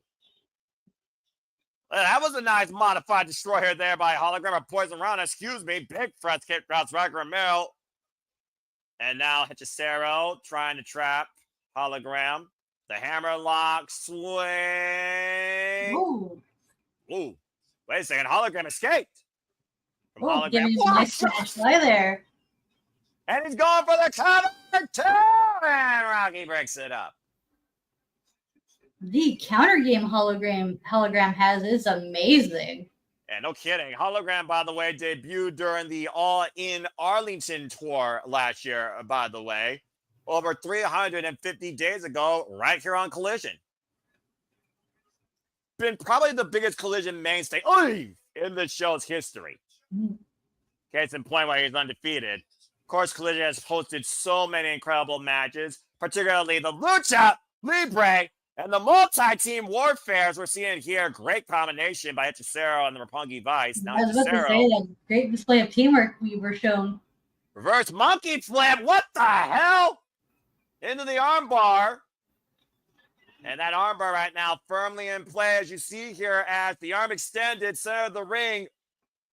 Oh, Mark Briscoe able to sidestep, Trent Baretta to break it up. I think Briscoe came just in time because it looked like Hologram was about to tap there for a moment. Well, I mean, that cross armbar was pretty fully extended in the middle of the ring, so someone had to play intervention. Knife edge chop, the first time Hologram would ever be pinned or submitted. Stranger things have happened. We could see history tonight on Collision. Nice drop kick. Sidestep out of the way. Up and over. Hechicero. And tag made a Mistico. Takes Hechicero down. The Lucha Libre legend himself. Escalera. Step up out of the corner. Turn around. Whoa! He's using Romero as leverage there. A great leverage, taking Hechicero up and out of the ring with the Tijeras. Went for the rewind kick. Caught him on the rebound. Of course, the king of sneaky style is a former CMLL champion, his own right. But anyway, Hologram springing in. Massive monkey flip. Just like flipped them halfway across the canvas. Yeah, no kidding. Might as well flip them back to Mexico or Canada. However close to Ontario, California is that. Oh, half and half. Great half and half there by Trent Baretta. Mark Briscoe now coming into play. Mark Briscoe, of course, the #1 Casino Gauntlet entrant. And there you, of course, see the gauntlet filling out. Mistico will be part of the field, Ash, with MJF and Briscoe. That's gonna be pretty cool. And speaking of All In, the EVPs might be no longer that as we know it. We might be free from them come next week. And as Swerve and Ospreay put AEW Championship aspirations on the line for 1 year to remove the Young Bucks as executive vice president from All Elite Wrestling. Both those men teams, of course, with their own sort of itinerary here, while the conglomeration is looking for their own. Wait a minute. What is Mark and No, Hologram. Don't become a Briscoe. Well, it didn't work earlier, Ash, so maybe you'll get it in stereo. Oh, nice. Wow. Don't pick on kilos in stereos, and it is official, folks. We do have, you called it, Ash, triple threat for the AEW Tag Team Championships. The Patriarchies, Christian Cage, Nick Wayne versus the Hersenigate versus Jet Speed for the AEW Tag Team Championships. Now. Okay. And then Mistico takedown with the armbar. Rock Romero tops out. Good for Mistico. Perfect takedown. La Mistica, Fujiwara armbar latte, and Rock with no choice but to tap. Great finish sequence there by the conglomeration, or the Lick conglomeration tonight. The legendary Luchador Mistico picking up another great win here in All Elite Wrestling, Ash. It happened to see more of Mistico in AEW. Well, like, you're going to see him next week in the Gauntlet. He fits so well in AEW. Well, the CMLL contingency has fit rather well here in AEW if Grandson Mexico showed us anything. And of course, Hologram came to us from CMLL and is still undefeated. As everyone sings Mystico's theme. Yeah, I will say this about people have criticized AEW's partnerships with Impact. I will say this: at least AEW's partnership with CMLL is doing very solid. Well, the thing about AEW's, you can call them partnerships, you can call them alliances. They said they're not coming in to take over. They're coming in as guests. Speaking of guests, here's an unwanted guest on the screen. MJF. Of course, MJF and MVP.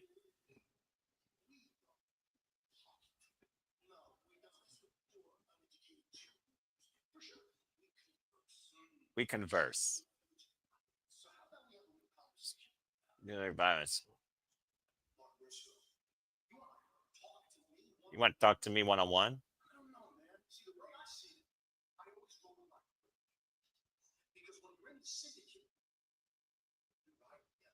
When you're in the syndicate, you ride together. Well, consider it. You come up.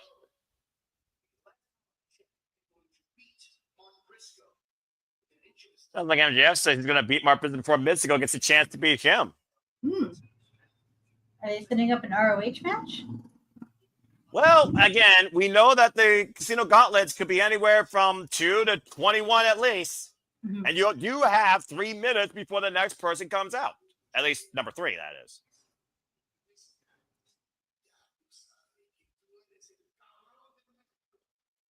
MVP, I didn't know he speaks Espanol.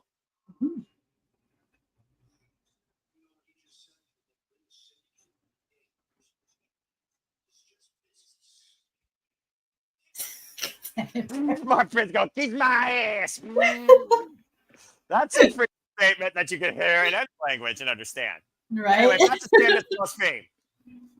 Okay, the audience can see Mystico's theme with Mark Briscoe saying that. Well, whether or not we get a chat with MJF next week, Wednesday on Dynamite, Ash, that remains to be seen. We do know this. Mark Briscoe, MJF, number 1, number 2, they are in the Casino Gauntlet match, and Mistico is also part of the field. What number will he be? Will he get a chance? We'll find out next week Saturday at All In. Oh, look at that side. That's pretty cool. Look at that side. That's neat. I like that. Oh, I was listening to that. And it looks like we're going to get a little PR here. Swerve Strickland, whose house? NASCAR's house. Kicking off the Daytona 500, it looks like. Fast cars, fast drives. The Outrunners and Anna J. I don't know if I trust AEW as a pit crew. I'm just saying. They probably learned a figure too, though. I'm not gonna admit that. I'm not gonna lie. That's pretty cool. Again, Swerve said he wants to put this company on his back. He wants to make this company go global. He wants AEW to be the focal point. Speaking of being the focal point, Ash, got your stopwatch out? Let's see who can survive the best wrestler alive. Oy vey.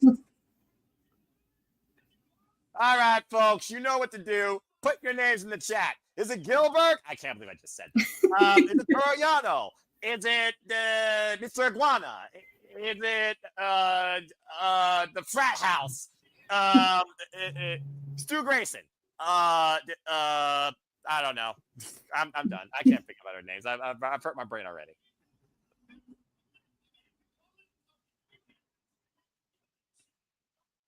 I'm not chanting, Ash. I'm not chanting. Here we go. I think anyone is. Referee to be fair. Referee Stephon Smith. What the fuck? The people are actually chanting. Oh, wow. I guess some people are actually chanting. Okay. Well, you know what? I think they're humoring him, if nothing else, but still. Oh, yeah. They think it's a joke. I think it's a joke. Can I? You are funny. It's comical to see you get smashed by somebody. I want to see you get smashed by somebody.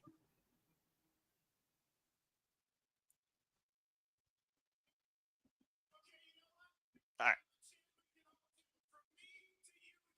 right. Okay.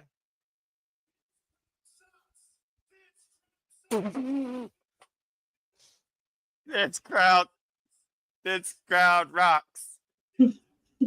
I believe they're cheering "This crowd rocks." They are not cheering "This crowd sucks." The only thing that sucks is the premier athletes, and Mark Sterling still doesn't get it. Oh, Lord. By the way, no one's run the clock yet for 5 minutes. I'm just saying. The freaking clock on the Titantron. I gotta get a GIF out here. You know what? I got an idea. All right. Well, who is it, Ash? Who we got? Let's see who's going to kick his ass. Oh. What? Oh, my gosh. You want to talk about people you may have forgotten work for this company? Ash, do you know who that is?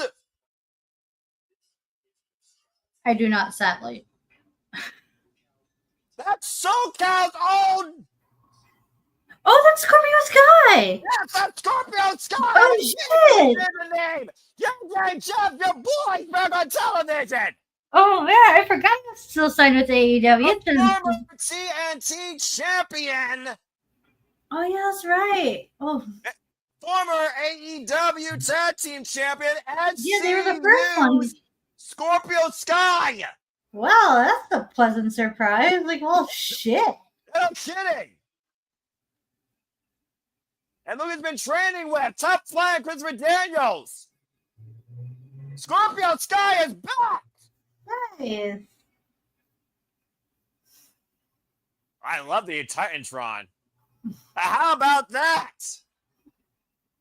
Been far too damn long since we've seen this player of the game. And look at his entourage. I guess Tony Khan wanted to find the right moment.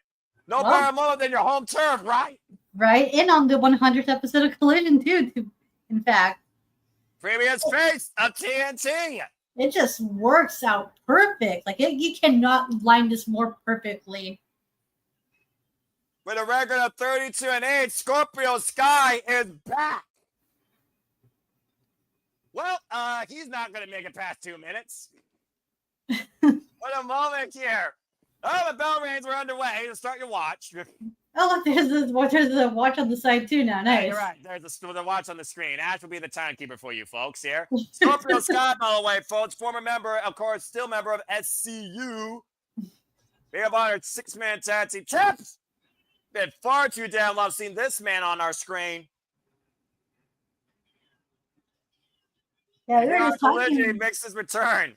Right, we were talking about people we haven't seen in AEW for a while that we forgot they were still signed. Here's one of them, in Scorpio Sky. Last time we saw Scorpio Sky, to my knowledge, was a one-off match on Collision. I think it was out due to injury. Oh, there's a playmaker. A Manhattan drop or California drop and TayJay. And it's lights out for Caster. Time 55 seconds. What a welcoming return for Scorpio Sky. In fine fashion. And still to come tonight, so much more, folks. As Christopher Daniels brings his boy back in the ring. Scorpio Sky is back in All Elite Wrestling. And stay with us as the episode 100 Collision continues here on TNT. Fuck television. I got a full commercial break. Well, that was a pleasant surprise. Absolutely. I was not expecting that. Of all the names, I was curating this. That was a really cool, fun moment. Scott.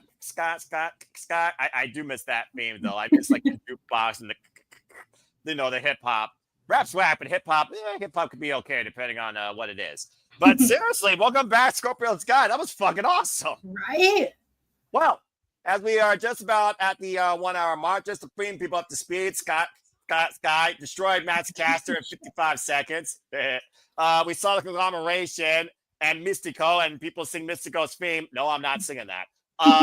They were able to beat Hechicero, Roppongi Vice with a Mistica, the Fujiwara armbar takedown takeover, while MJF kind of insulted Mark Briscoe and Mistico, who both will be in the single gauntlet, but Mark Briscoe's number 1, while MJF is number 2, and MJF says he's going to try and take care of business next week, Saturday, in less than 3 minutes before Mistico gets a chance. Highly unlikely in all likelihood, quote unquote, Aaron Riff.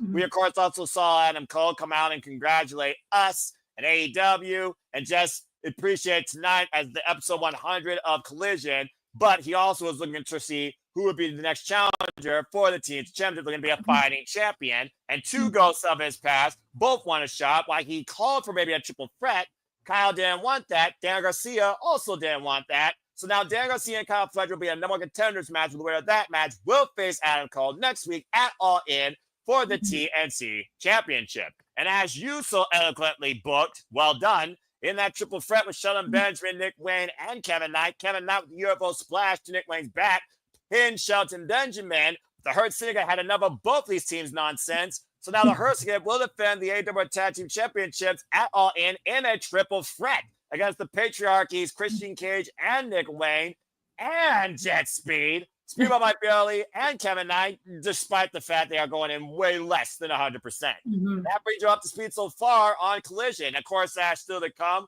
We have the All-Star 8-woman tag. We have the Outrunners versus FTR. And we, of course, have Willow in action. And I imagine this probably might be our great event, as this will determine the contender for the TNT Championship. Still all to come here tonight on Collision. It's already been an hour. Holy crap, that hour went by so fast. Yeah, wrestling does that when you're having fun and having a blast, right? I mean, why you got to do this type of stuff with all the shows, especially AEW. I think AEW and TNA and NJPW are like always my highlights, and that's just the passion of me as a fan versus whatever people basically clearly display. And at the end of the day, we're all guilty of it to a degree. Some just don't know they're truly guilty of it always. And we'll talk more about that tonight when I host, Lord help me, the Saturday Night Shenanigans. Oh, Lord. The Week of the Marmaid Conversation Wrestling Match. So we go backstage with Ricochet. Is he still trying to recruit people for his faction? Yes, and based on what I saw last week, I think he recruited the Gates of Agony. Oh, okay. Just for some good people to have, like, you need to have, like, 2 muscle men on your team. Well, and be better than the Gates of Agony, since their business is doing business of their own. Well, Ricochet again, you know. Speaking of that, Lexi Nair was trying to get Ricochet. Ricochet looking to wait. What's Ricochet doing? Okay, Ricochet is having us follow him. Oh my goodness!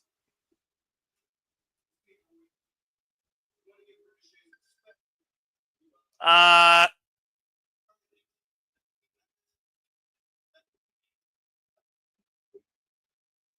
if Lee Johnson and Blake Christian wants Ricochet's respect, they got to earn it.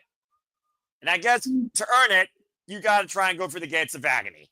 Ooh, that's one way to do it. Oh, here's Willow. Well, let's boogie, shall we? And get positive with some positivity. Everyone's favorite smiley unorthodox bubbly wrestler, the man with the power, Willow Nightingale. And boy, has she had a fair share of moments here on Collision, including the Owen Hart Foundation tournament. Willow Nightingale, of course, has won 10 matches here on Collision. And it looks like she's going to be a one-on-one action tonight.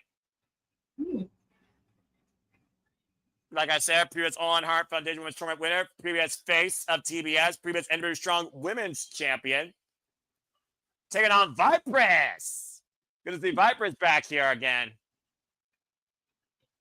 Vipress also has recently been competing out of the New Japan Dojo. Oh, nice. Good for her. Well, you know, her, Viva Van, Johnny Robbie. It's a good class. And, of course, we saw Sume, of course, now the current Strong Women's Champion. She has to deal with not only these type of women, but the likes of Bea Priestley, who have returned home to Japan. She will be part of the 5-star Grand Prix in Stardom this year. Ooh, that's their tournament, yes? That's correct. You go watch the press conference on Stardom's YouTube channel to get an idea of the field and, of course, everyone's thoughts, as Saya Kamatani and Sarai will most likely be the targets. Sarai, of course, the new IWGP Women's Champion, beating Suri, as Suri now has gone on an excursion. Oh! Massive power bomb. Rosa through. Uh-oh. And it might be a short night here. Look for the dime. Vipress wiggling her way out. Referee Rick Knotts for this contest, by the way. Oh, and Vipress, great side set, dropping Willow face first in the second turnbuckle. They're stacking, they're watching. The new Eve International Champion, and Oh, looks like you're trying to recruit her to the Death Riders. Jon Moxley put it plain and simple. Don't let anyone tell you who you are or what you're worth. That's got to include you at this point. But you know Statlander, oh my Lord, still has it out for Willow Nightingale with the fact that Willow doesn't want to forgive her or trust her. Oh, and can you blame Willow for not wanting to trust her? In a way, I can't. Well, Viper's looking to square up. I'm not sure this is wise. Uh-oh. Whoa, God! Pounce! Period. There's a T-bone collision. I'm sure California's no stranger to that.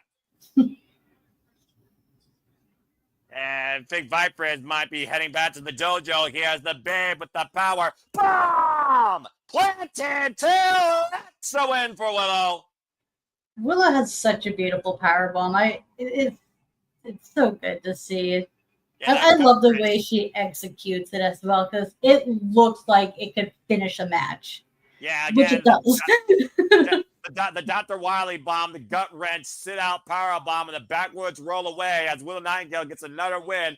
Looking for strong momentum ahead of next week's Casino Gauntlet, where we know she likely will be in it. Speaking of looking for momentum, last week Wednesday, Anthony Bowens failed again. Let's go ahead and hear from the 5-tool player. And hello, Charles. Good to see you. In the Pride Pro Wrestling. Billy Gunn? Oh, what's this? Get up. Well, I thought this whole new strategy of yours was to see what you're doing on your own. Be out there, don't know where you're going. So part of the strategy. I never said I didn't want you out there. So where were you? What is the strategy here? What is the strategy?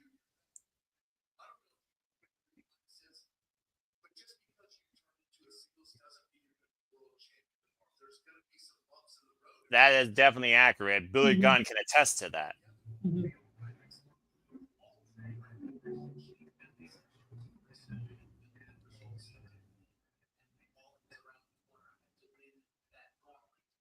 Guess win that gauntlet.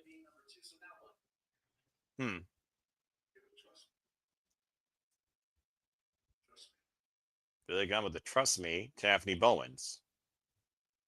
Scissor me. Get weird. Well, I mean, again, we'll see if Bowens can figure out the game plan to get towards World Championship contention. In the meantime, time for some tag team action with the Living Legends. Killers. You think Caster or the Bowens might be able to join the Casino Gauntlet?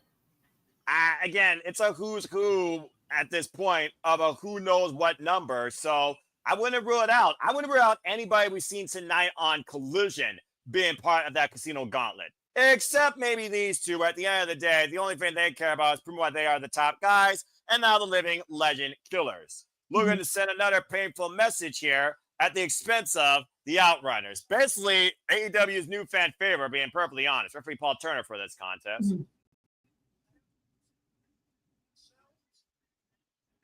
It's almost one of those things where FTR says, we once lost belief in ourselves, but we got that belief back.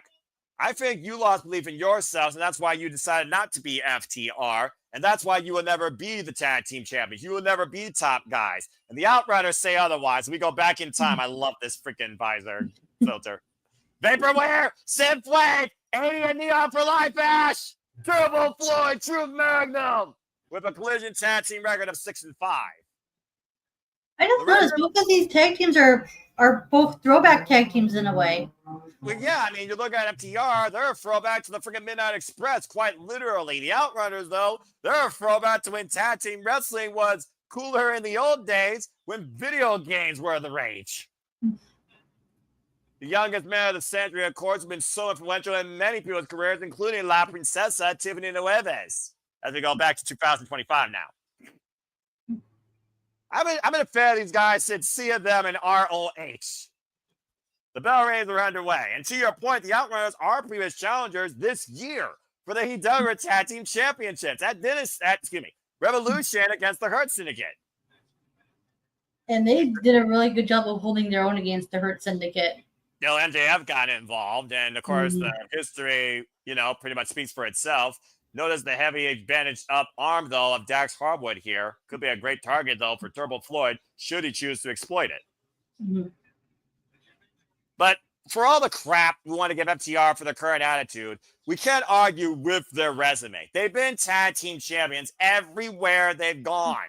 That is true, yeah. From NXT to AEW, even New Japan. AAA, ROH, Raw, they've literally held gold everywhere. They are the revival of tag team wrestling. And I literally say that as I watch NXT TakeOver Toronto literally just yesterday. Oh, nice. That was such a good tag team, wasn't it? Oh, man. Well, I mean, Black and Gold NXT was such an incredible NXT back in the day. It put everything in the hot spotlight. And I'm not going to say this NXT doesn't do that to a degree, but there's some stuff that is still flaunting. And I'm just going to leave it at that. There's a reason why, again, my levels of passions are different for everything. I still halfway looking to regroup FTR here. And of course, FTR will never stop jaw-jacking Naja McGuinness and Tony Schiavone, despite the agreement they made prior to Double or Nothing. What I wouldn't give, though, for Tony Schiavone is just pop Stokely in the head. I'm just saying. Give him a straight right. That, again, Tony Schiavone is too integral, though, in his commentary role. I don't have to be that. I don't get paid for this shit. I could be as biased as I want, damn it. Oof! Lining up Dax Harwood as Turbo Floyd goes to the outside. I remember when I first introduced this team to Jeff Meacham, and he just broke on their names. Line tap made to Cash Wheeler. And sidestep, though. And messy Bulldog takeover, though, but it worked for Cash Wheeler. Efficient teamwork here by FTR. Of course, Dax Harwood's coming up that loss at Grandson, Mexico, because his tag partner wasn't down there with him. And, of course, next Thursday, Collision will be live, following, of course, Diamond next week Wednesday, and following Collision next week Thursday, the countdown to All In. Nice hip toss there. And as I said, Ring of Our Supercard of Honor will be Friday, July 11th, for all Honor Club members, 8 p.m. Eastern Standard Time. And we will be covering it. Nice head scissors takedown there. And it all culminates, Ash, as we talked about earlier, with us going all in next week, Saturday, in Texas. So much wrestling next week. There's something for everyone. Stuffing! And again, you can watch All In with us via Prime Video or YouTube, Paper.com, Fubo, Cable Satellite, Thriller TV Preview internationally, Dave & Buster's across the United States, and Main Event in Australia. And tag made now to Dax Harwood. I watch All In, by the way, through Prime Video, and I'll be ordering that on Monday. Nice leg drop there by Dax Harwood across the bridge of the nose. Big elbow drop follow-up. Dax the Axe, bringing the smash. Knife edge chop. Of course, FTR have been integral parts of AEW, but Collision, as I said, they still arguably have the best tag team match in Collision history.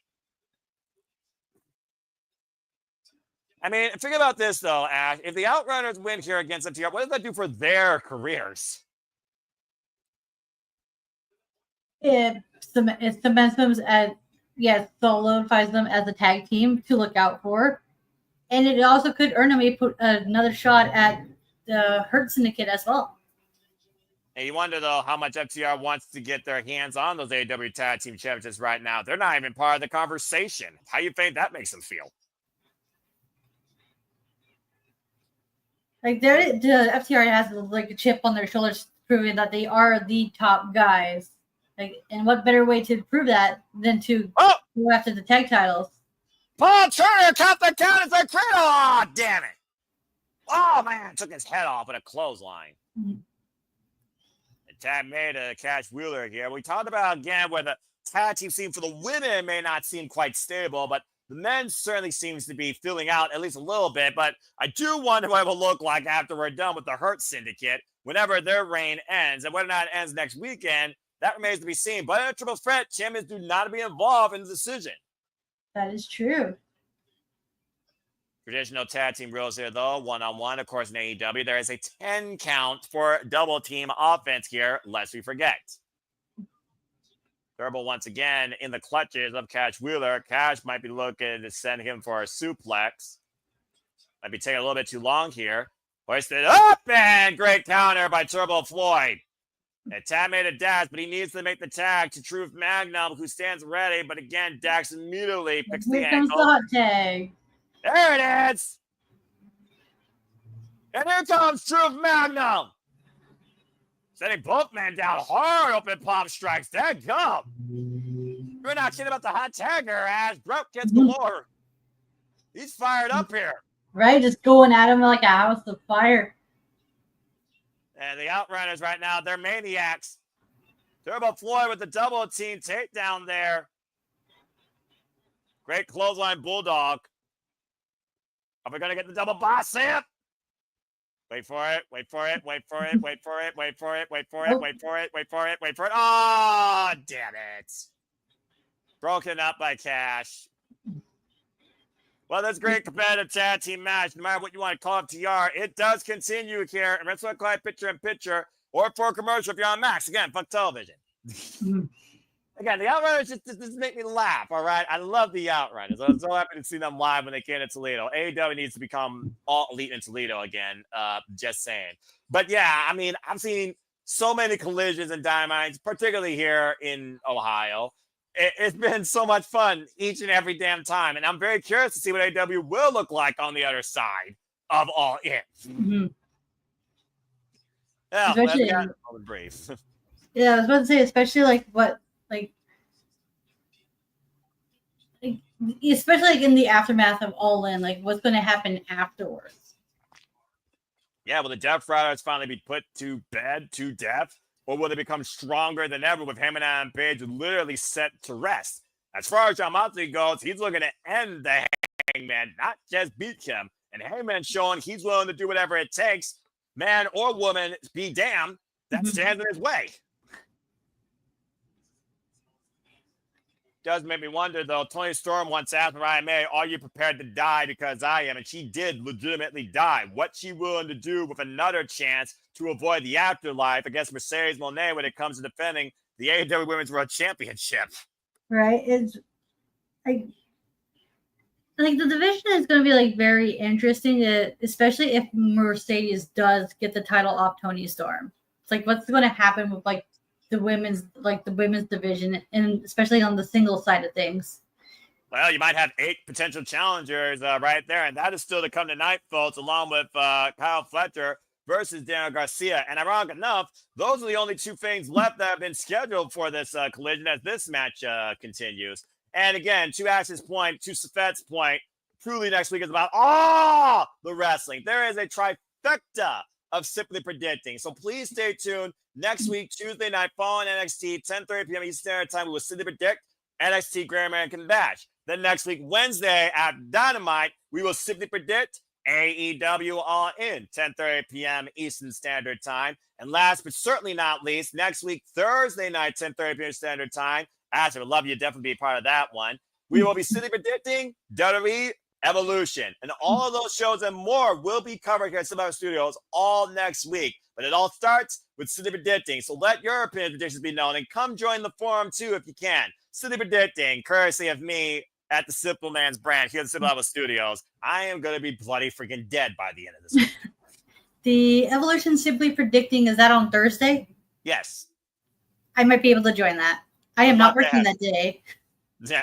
And then Wednesday, like I said, I'm doing All In, and Tuesday, I'm doing Great American Bash. But yeah, Evolution, if I could have you, Arlene, and Datilla, give a shout out to the best aspect of the wrestling business, both in worker and in fans, the women. I would love to have that. As we are back here with 4 men, though, in the ring, tag team action, Paul Turner losing control, and oh, dear Lord, I think that, he busted open Ash badly in the corner. Ooh.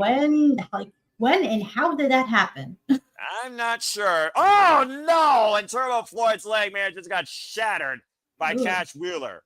We've seen this new vicious, aggressive nature come out of that TR ever since they aligned themselves with Stokely Hathaway after betraying Cope and sending him out on a stretcher. Oh, brainbuster! I think that's what the FTR needed to put him back in the title contention. It's show this ruthless, aggressive side of them. I guess they just want to remind people exactly why they have been the top guys at the expense of everyone's favorites. Mm-hmm. The chance of you're still bald, by the way, raining out. Apparently, #bald is still a thing in AEW. There's a lot of bald men in AEW, to be fair. I'm just saying. Mm-hmm. The side headlock. Go ahead. I was surprised Gabe. I'm just waiting for when Gabe Kidd comes back. They're probably going to chant that at him as well. Gabe Kidd is one man, though, like John Moxley, that just drowns out the noise. You heard what John Moxley said on Wednesday, right? Some people call themselves the best in the world. That's basic shit. Gee, I wonder who he was referring to, considering I saw the man wrestle him live and beat him in 5 minutes in Cleveland for the AEW World Championship. Or, it could just be referring to the entire roster because, after all, AEW is where the best wrestler, right?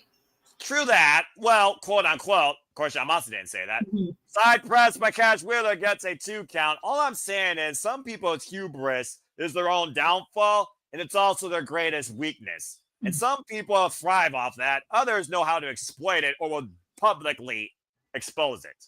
Mm-hmm. And right now, does this look familiar? Cash Wheeler in the corner with a follow-up. Went for the running drop kick.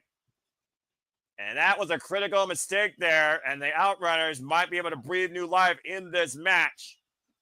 If Turbo Floyd can make the Tad of Truth Magnum, Tad made out of Dax. Mm-hmm. Great block there by Dax. And again, the strength of FTR is not just the tag team cohesion. It's the awareness of their surroundings every time they're in the ring and how to cut off their opponent. Right? It's just like how, in their ability to know, in their ability to know where, they're not just where the team, but their other opponent is at all times. And right now, 95% of the time.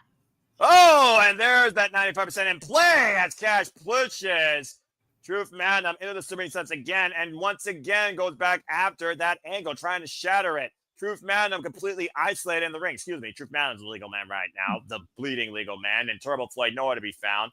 Dax with the jabs in the corner, just teeing off and lining up Truth Magnum here like a freaking neon sign. Yeah. The tag made. And right now, FTR are stretching the rules as far as they can. Using that to their advantage while brutalizing both members of the Outrunners. Yeah, with the draping double team DDT. What a Let's Go digital covered by Cash, who gets a 2 count for that. No body weight there on the body except for a boot. It is one of those things with the Outrunners, though. Again, they've been fine their whole lives. So it's like we talked about earlier. You literally got to incapacitate these men. Stop their hearts from going if you're going to beat them with how much pride they have. Whoa! Big cross body. Of course, the Outrunners do have a shorter legacy as a tag team versus FTR. Outrunners have only been a tag team since 2021. And tag made, though, by Dax Harwood, who again cuts the ring off from Truth Magnum. Right, trying to isolate him from his tag partner, making sure he does not get that tag in. Isolate and dominate. Tag team wrestling 1-on-1. What? God! Finally, everything he could. Finally taking Dax down, and Dax and Truth are both down the middle of the ring. Critical moment here in this match. Turbo Floyd reaching out.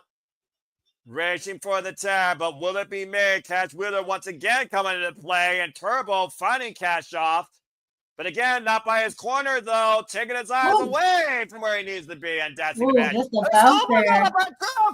Oh my gosh, you nearly pinned him. Oh, that was nasty. Oh, Jesus. Assisted neckbreaker cover. No. Yeah, that dude's still fighting. Damn. I'm not even sure how he's conscious after that vicious assisted neckbreaker. He's just probably doing it on pure instinct. Like, he is not giving up. Yeah, and you can see how angry Cash Wheeler is that didn't put him away. I feel like FTR underestimated Outrunners at this point, and are really getting pissed off by it. Now Dax Harwood going for broke. Diving headbutt, crashing the mat. But the Outrunners, with their never say die attitude, are proving that they are not to be taken lightly. There's a reason why the fans chose them. Tag made to Turbo Floyd. And right now, so far, so good. But you got to watch that ankle there. You saw him stutter step there for a second, Ash. Right now, blocking out the pain. We talk about how adrenaline is a crazy drug for a wrestler. Mm-hmm. Again, trying to hoist him up and unable to about the base. Right, because FTR did a number on his legs. Whoa, man, he still has a good right arm. The last team behind that short-range lariat. Just like planted them with authority. Yeah, Stan Hansen would be proud of that. Scoop slam, but how much did that take out Turbo Floyd? Or power slam, excuse me. Are we going to be getting it? I hope so. Come on now. He's calling him in the ring. Are they going to do it? They're going to do it. They're gonna do it! Lend them your energy! You son of a bitch! Double bicep! Look at the masculinity! Is that enough here to beat FTR? Top guys, oh, 2.5. You heard Stokely screaming kick out as if his paycheck depended on it. Just the facial expressions of Stokely halfway there. He's just really solid add to the match. Yeah, he's an annoying gnat, but he knows his character and he knows his place well. He also knows talent well. Oh, no, messy dragon screw. That move has to suck. And right now, Turbo Floyd is in a horrible spot on the apron with FTR. And trying to fight off the world. Slingshot over the top. And Dax trying to save cash from the sunset flip attempted pin. Leapfrog breaks up the pinnacle cover. Oh, man. Oh, this miscommunication might cost them. So you saw Dax go down. Schoolboy roll up on Cash. Come on already. Go! That was a shatter machine, pretty much. Come on, Oh, Justin mythic fire. They didn't fuck me. How close do you get to a 3 without the bell ringing, Ash? Right? Like, that was way too close for comfort. Crowd going insane for what has been our most competitive match of the night and what has been a highlight of the last 100 episodes of Collision Tag Team Wrestling. This With FTR at the site. This is a very solid match. I'm loving this tag team. I want to see these two go at it more. Well, again, you talk about how both teams are a throwback and they're bringing everything to the present. The fans chant, this is awesome, and I agree. Open palm strikes being shared by Truth Magnum and Dax Harwood. Dax in the ropes, though. Took her down with a knee. Up and over. Uh-oh. They go, oh, Jesus! These tag teams right now are proving that simple can be effective. Like, you don't always have to be crazy flashy. As simple as that. That's what I love about FTR matches. They are more of the traditional route where it's strategy and just clubbing. Again, FTR, no flips, just fists. Shoulder block, though, will do. And there's a single flip, though. Stutter step. And meanwhile, Shatter Machine! On Turbo Floyd, the cover! Game over! FTR with the win! Good Lord. That's fine. It's that sneaky halfway. And look at Stokely preventing True from going in to break up the pin. Outside the freaking referee's view, Stokely Hathaway saving FTR's high tonight. The dude's so tiny you can barely see him, and he used that to his advantage. Again, the annoying gnat ruining an incredible tag team match finish as far as the fans will tell, but the record books will show that FTR did beat the Outrunners. What a battle, though, all the way to the finish, despite it was. Yes. Appearance. This was a very solid tag match.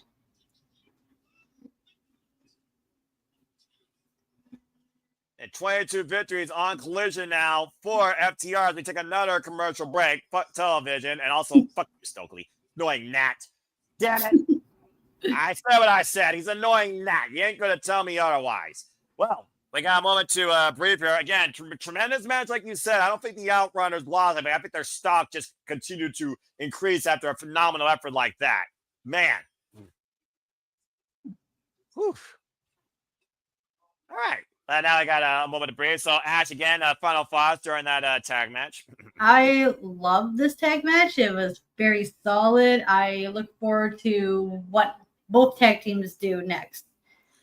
Well, we know that neither team is going all in so far, but again, the Hurt Syndicate, they hold the gold, and Jet Speed and freaking Patriarchy will confront them for that. Still to come, we have, of course, our 8-women tag team all-star bout here that could have not only Supercar of Honor momentum implications, but Casino Gauntlet implications, and even further implications for the future. And Kyle Fletcher and Garcia will determine the one contender to challenge Adam Cole for the TNT Championship at All In next week, Saturday. And again, folks, we will be covering not only All In Saturday, 1 week from today, we will be covering Saturday night's main event. There will be dueling streams. And then, of course, Sunday, we have WWE, next Sunday, not tomorrow, WWE Evolution. And we also will have NXT Great American Bash, Ring of Honor, Supercard of Honor, along with other shows, including House of Glory. So please stay tuned for more on that when it comes to the upcoming schedule here at the Sip Lab Studios. Keeping you in tune for all the biggest things across all things wrestling, Shadow W fam. For WWE, NXT, AEW, TNA, ROH, HOG, GCW, Prestige,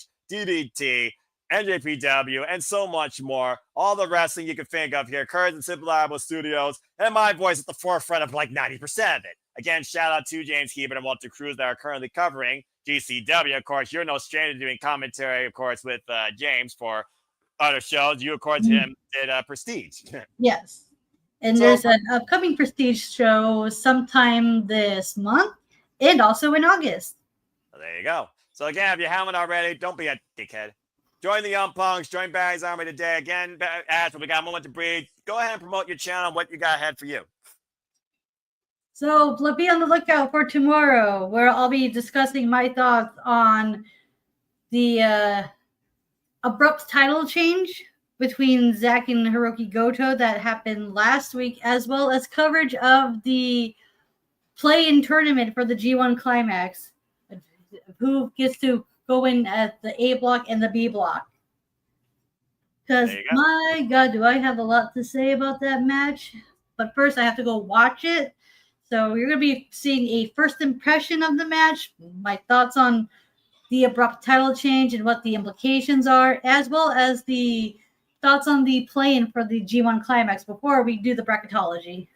Sounds good. Well, let's go ahead and get your thoughts. You're definitely going to spearhead this one because it's time for you to shine when it comes to who likes to fight, because it's time for some 8-woman all-star tag team action. Speaking of fighting, here comes TayJay.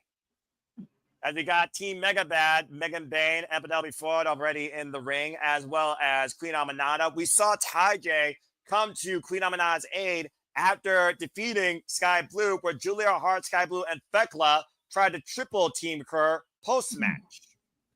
Yeah, this is like Queen Aminata has a score to settle with Thekla. And of course, Queen Aminata had one of the damnedest matches recently with Thekla right here on Collision. And finishing out the field is Thunder Rosa.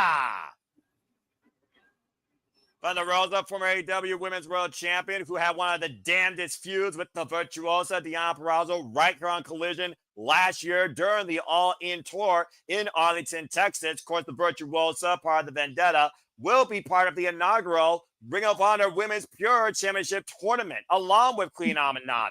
Speaking of Ring of Honor Women's World Champions, Athena finishes out the other side. And again, at Supercard of Honor, it will be Athena defending that title against Thunder Rosa. Will the Forever Champ finally come to an end? Referee Mike Posey for this 8-woman all-star tag. And you have to imagine that all 8 of these women will likely be participants in the Casino Gauntlet. This is going to be a very interesting match here. Right. This is it's a possibility that we could all see them in the Gauntlet, and whoever gets the pinfall, like the pinfall victory, may have some serious momentum going into the Gauntlet. Julia Hart and Queen Aminata, no strangers to each other, as Thekla makes the blind tag. Okay. Thekla tied herself in the Toxic Spider, of course, who came to us from Stardom after being fired.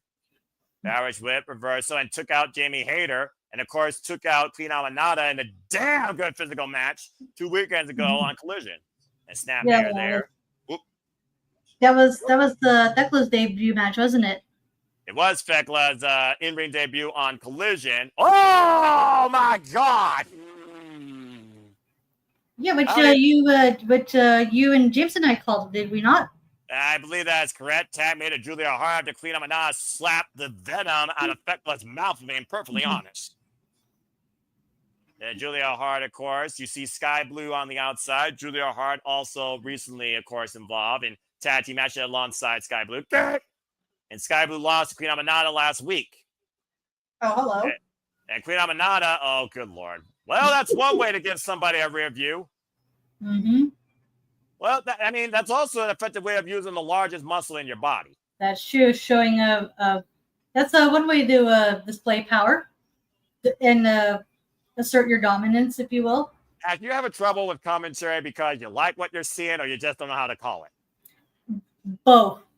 That's fair enough. I respect your honesty, but I also respect your takes as well. It's Thunder Rosa made Athena ran away, and now it's with, oh Lord, Yeah, Megan Bayne. speaking of someone with power, you cannot.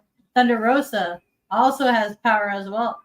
Well, of course, she has that MMA background, and also the mega. Oh, same with Megan Bayne too. Oh my God, we got two behemoths going at it. Hell yeah, let's go. I'm about to say, did I mention how much I love the meat division of AEW in both the men and the women? Jamie Hayter, Megan Bayne, Chris Statlander, Queen Aminata. I'm just saying. We love strong women in this house. We love beautiful women. And I did crazy chicks. That Thunder Rosa to the top rope. Damn, that's so drunk. Can't taste the megacysts off her feet. That's a rare feat. That's the thing about Thunder Rosa. Not only is she like strong and powerful, but she will take to the skies as well, especially with like how speedy she is up in the air. And that's amazing to think, considering that I saw her live vacate the AEW Women's World Championship because her back gave out. Of course, coming back from literally a back surgery. Double stomp by Queen Aminata for the Megacyst Hart. And that's something to say clearly to both Thekla and Julia Hart. But you also got to watch out that Sky Blue is looming around ringside one Penelope Ford, and the Megacyst just rose up. Tab made Thunder Rosa. Yeah, it's going to take a lot more than that to keep Megan down. Well, the biggest package did keep her inside for a 3 count that allowed Tom Stone to retain against her at Dynasty as this match continues. On your end, the rest of a quiet picture in picture, but for a commercial break for me. Fuck television. About to say, again, you look at this field of incredible female athletes right here, all right? You got former TBS champion, former AEW Women's World Champion. You have TayJay has been one of the most dynamic tag teams of 2 AEW originals here in this AEW Women's division. Queen Aminata, of course, previous challenger, was a finalist for the inaugural Ring of Honor Women's World Television Championship. Thekla is a former artist and goddess of stardom champion. And Megan Bayne, she has been one of the most unique, dominant athletes seen here in AEW's division in a long damn time. Yeah, Thekla is no stranger to tag matches either, because her and Julia were quite the tag team, were they not, in Stardom? That's right. And of course, Mai Sakurai finished out the field when they were the trios champions. Of course, Thekla's last match in Stardom got her fired, which not only assaulted the staff, she assaulted the president. She was like, that's enough, you're fired. So again, she did things her way, said fuck you, and now she's here to fuck everyone up in AEW. And she started off knocking Jamie Hayter out hard to the point Jamie Hayter is injured. And Jamie Hayter will be back, no doubt, to exact revenge against the Toxic Spider. I cannot wait for that singles. Oh, absolutely. That's going to be a fun feud to watch and see how it culminates. And of course, like I said, Queen Aminata is with the virtuoso Diana Purrazzo, Billy Stark, Serena Deeb, amongst others, in the first ever Ring of Honor Women's Pure Championship Tournament to be started in Ring of Honor very soon. But of course, for the Rosa and Athena, they are facing each other next week Friday for the Ring of Honor Women's Championship. To your point, the forever champ has now been forever champ for over 900 days and 60 plus defenses. Wow, that is a crazy reign. Every person imaginable from ROH, AEW, Joshi Landscape, Independent, you put the name here, and Thekla included, have fallen to the fallen goddess. That's going back to a thing about like if Mercedes wins both the titles, it's you put yourself in the position where they go through the entire roster. That makes you wonder who's left for her, and if you have to do like a repeat opponents, who have they built up to challenge them again? Exactly. The sense of the timing has to make sense in the long run versus the short haul. To your point, and believe it or not, she has not defended this title yet against Thunder Rosa. And might I add, both women are from Texas, so it's a home game all around. And we are back here in Ontario, California, with a spider suplex by Thekla to, I believe, Anna Jay, and a spider suplex by Julia Hart to Thunder Rosa. And I can see why Thekla and Julia Hart work so well together. What a unique union. And a unique scene that we just saw there. Both women very dynamic and their gymnastic background. And Julia Hart looking for the moves up. I got both legs up in the midsection. Former TBS champion. As I said earlier, Ash, we might see all 8 of these women in the Women's Casino Gauntlet match where the winner will get a guaranteed shot at the AEW Women's World Championship. And the only answer we know for sure is Chris Statlander at number 1. I would love that because I want more women on my screen. I want to see all the women in the action because they are all very good at what they do. Damn fucking right they are. And they get to show it when they can. Longer than a cup of coffee without some inadvertent marketing advertisement. Exactly. Around! Ty Mello, of course, who just came back very recently after finally becoming a mother and settling in now with their child. And good to see her back in fine form. Oh, my God! Right? It looks like she has not lost a step. Of course, with a belt in Brazilian Jiu-Jitsu for a degree blue belt, I believe. And, oh, my God, the bump kicks! Eat your heart out, Jade Cargill. Out on her feet is Thekla right now. Bang! What a knee strike! Cover, back press, hit the far leg. It's a 2 count. Diamond almost got the win there for her team, to your point. Mm-hmm. Tag. But what are the team called? The TayJay, right? TayJay, yes. Yeah, they work so well as a tag team. Like, just the way they work with each other is just so beautiful. Like TKO and broken up by Athena. Well, again, we talked about, the longevity of them in AEW, but also their tag team. They're even involved in one of the damnedest women's tag team street fights in AEW history, unless you forget, against the Bunny. Yeah, oh, and Penelope Ford. Nice swing and nepper. Good God, what a running boot by Megan Bayne. White Queen Aminata out. That's one way to take her down. TayJay, double super kick, drops the mega assist, and Athena finally coming into play. Ooh, that was a nasty clothesline. And look at this. Oh, double DDT impact. And to your point, there is the next 4 to challenge for the number 2 spot. Ty Mello, Megan Bayne, Queen Aminata, and Thekla. One of those 4 will be the number 2 entrant in the Women's Casino Gauntlet match to be determined next week on the Go Home Dynamite. And now Athena is alone with Thunder Rosa.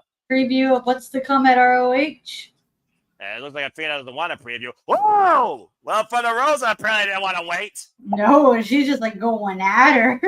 Thunder Rosa, again, she's been hell-bent on getting her hands on Athena ever since that cheap shot with the Ring of Honor Championship. And Athena and her might be running all the way back to Texas. What a Megasaurus. Misses on a J, though.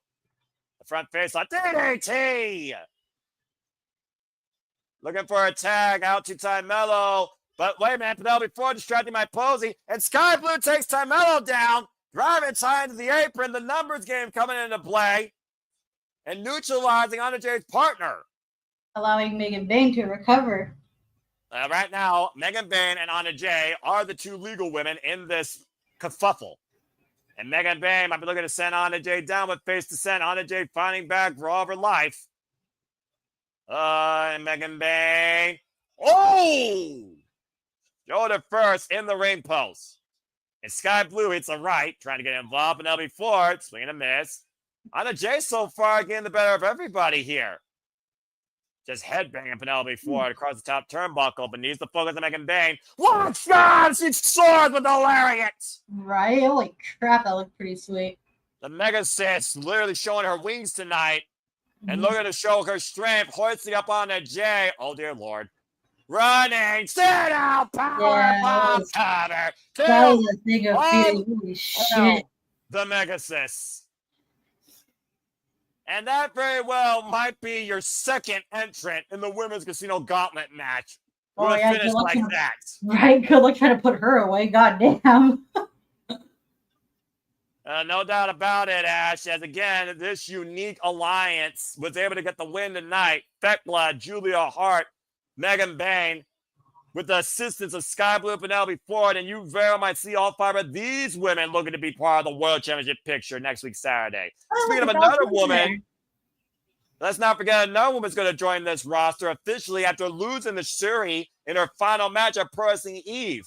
The former British Women's Heavyweight Champion, who held that title for 470 days and came back from a torn knee surgery. thinking about retirement, we are all going to be wowed by Alex Windsor. The mission does not stop. The mission does not change. And the hard work doesn't let up. Alex Windsor is one of the hardest working women ever to wrestle out of the UK and Pro Wrestling Eve. And I cannot wait to see what Alex Windsor brings to AEW. But coming up next is our main event. No contendership for the TNT Championship.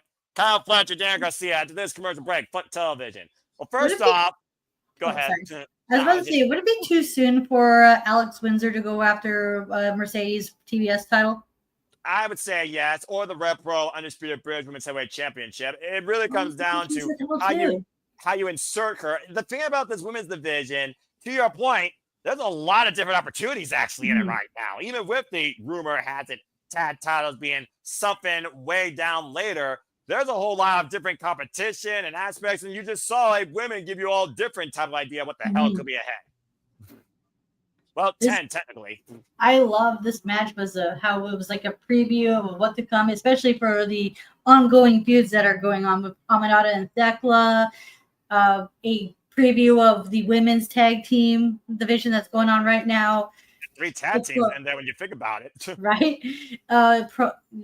What's a preview of what's to come in All In for Ring of Honor with Athena and Thunder Rosa. It still might be fine in Texas as we speak. Right.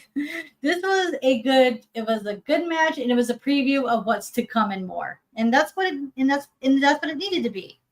Yeah, but it does make me wonder though, with the fact that we know we're gonna get the number 1 contender 4-way next week on Dynamite, where literally 4 of those women that we just saw have a chance to be number 2 with Chris Statlander at number 1. It's anyone's game, but I do like the idea of Chris Statlander finally getting her hands again on Megan Bayne. Let's forget.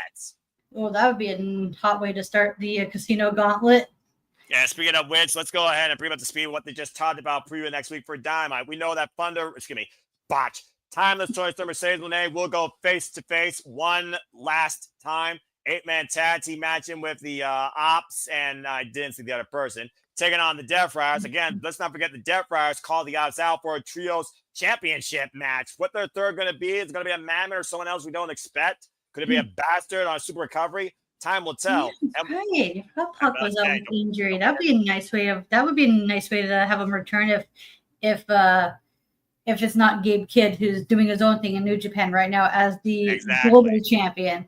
Exactly. And of course, we just saw the 4 that will challenge next week for the number 2 spot in the women's Casino Gauntlet match. Thekla, Megan Bayne, Ty Mello, and I believe the last one was Julia Hart. I don't remember. The graphic. Yeah, thank you. I knew someone saw it. Anyway, we got a commercial break here. So again, I hope you all enjoyed the coverage so far. Please like, subscribe, comment, tell a friend. Don't be a dickhead. Subscribe. Bad for wrestling. She's the newest member of the family. We love our Canadian friend. Let's get her numbers up. Who knows? With more numbers, she might bring you more content exclusively from her channel. But it's main event time on Collision 100. Time to find out who faces your boy Adam Cole at All In, and who decided to show up. I want it to be a triple threat, but if I have to pick someone, I would love to see Adam versus Fletcher. Well, again, there's a personal vendetta, I think, versus Kyle Fletcher and Adam Cole, considering that spot on the apron as well. Mm-hmm. Lance Archer, of course, the enforcer for Don Callis to protect him from the fans. Scary. That was a nasty, scary spot. That could have gone way worse, but thank goodness it didn't. Yeah, but again, I don't think Adam Cole forgot. We know Adam Cole's history of mental and physical warfare when it comes to his body, as Arcadia introduces the Protostar, and Adam Cole is on commentary for this. Again, the winner of this match will be the number 1 contender and will challenge Adam Cole for the TNT Championship next week at All In Globe Life Field in Texas. Referee Rick Knox for this main event contest. Again, Kyle Fletcher, though, why he's fueled by the hatred and the dark omen that is Don Callis, it has made him a very effective competitor in that ring and has led to many opportunities. And already you can hear Don Callis and Adam Cole jaw-jacking with each other. So this should be an interesting match. course, Daniel Garcia, the former TNT champ, has not had a one-on-one rematch. Won that title last year against Scapegoat Jack Perry at Full Gear.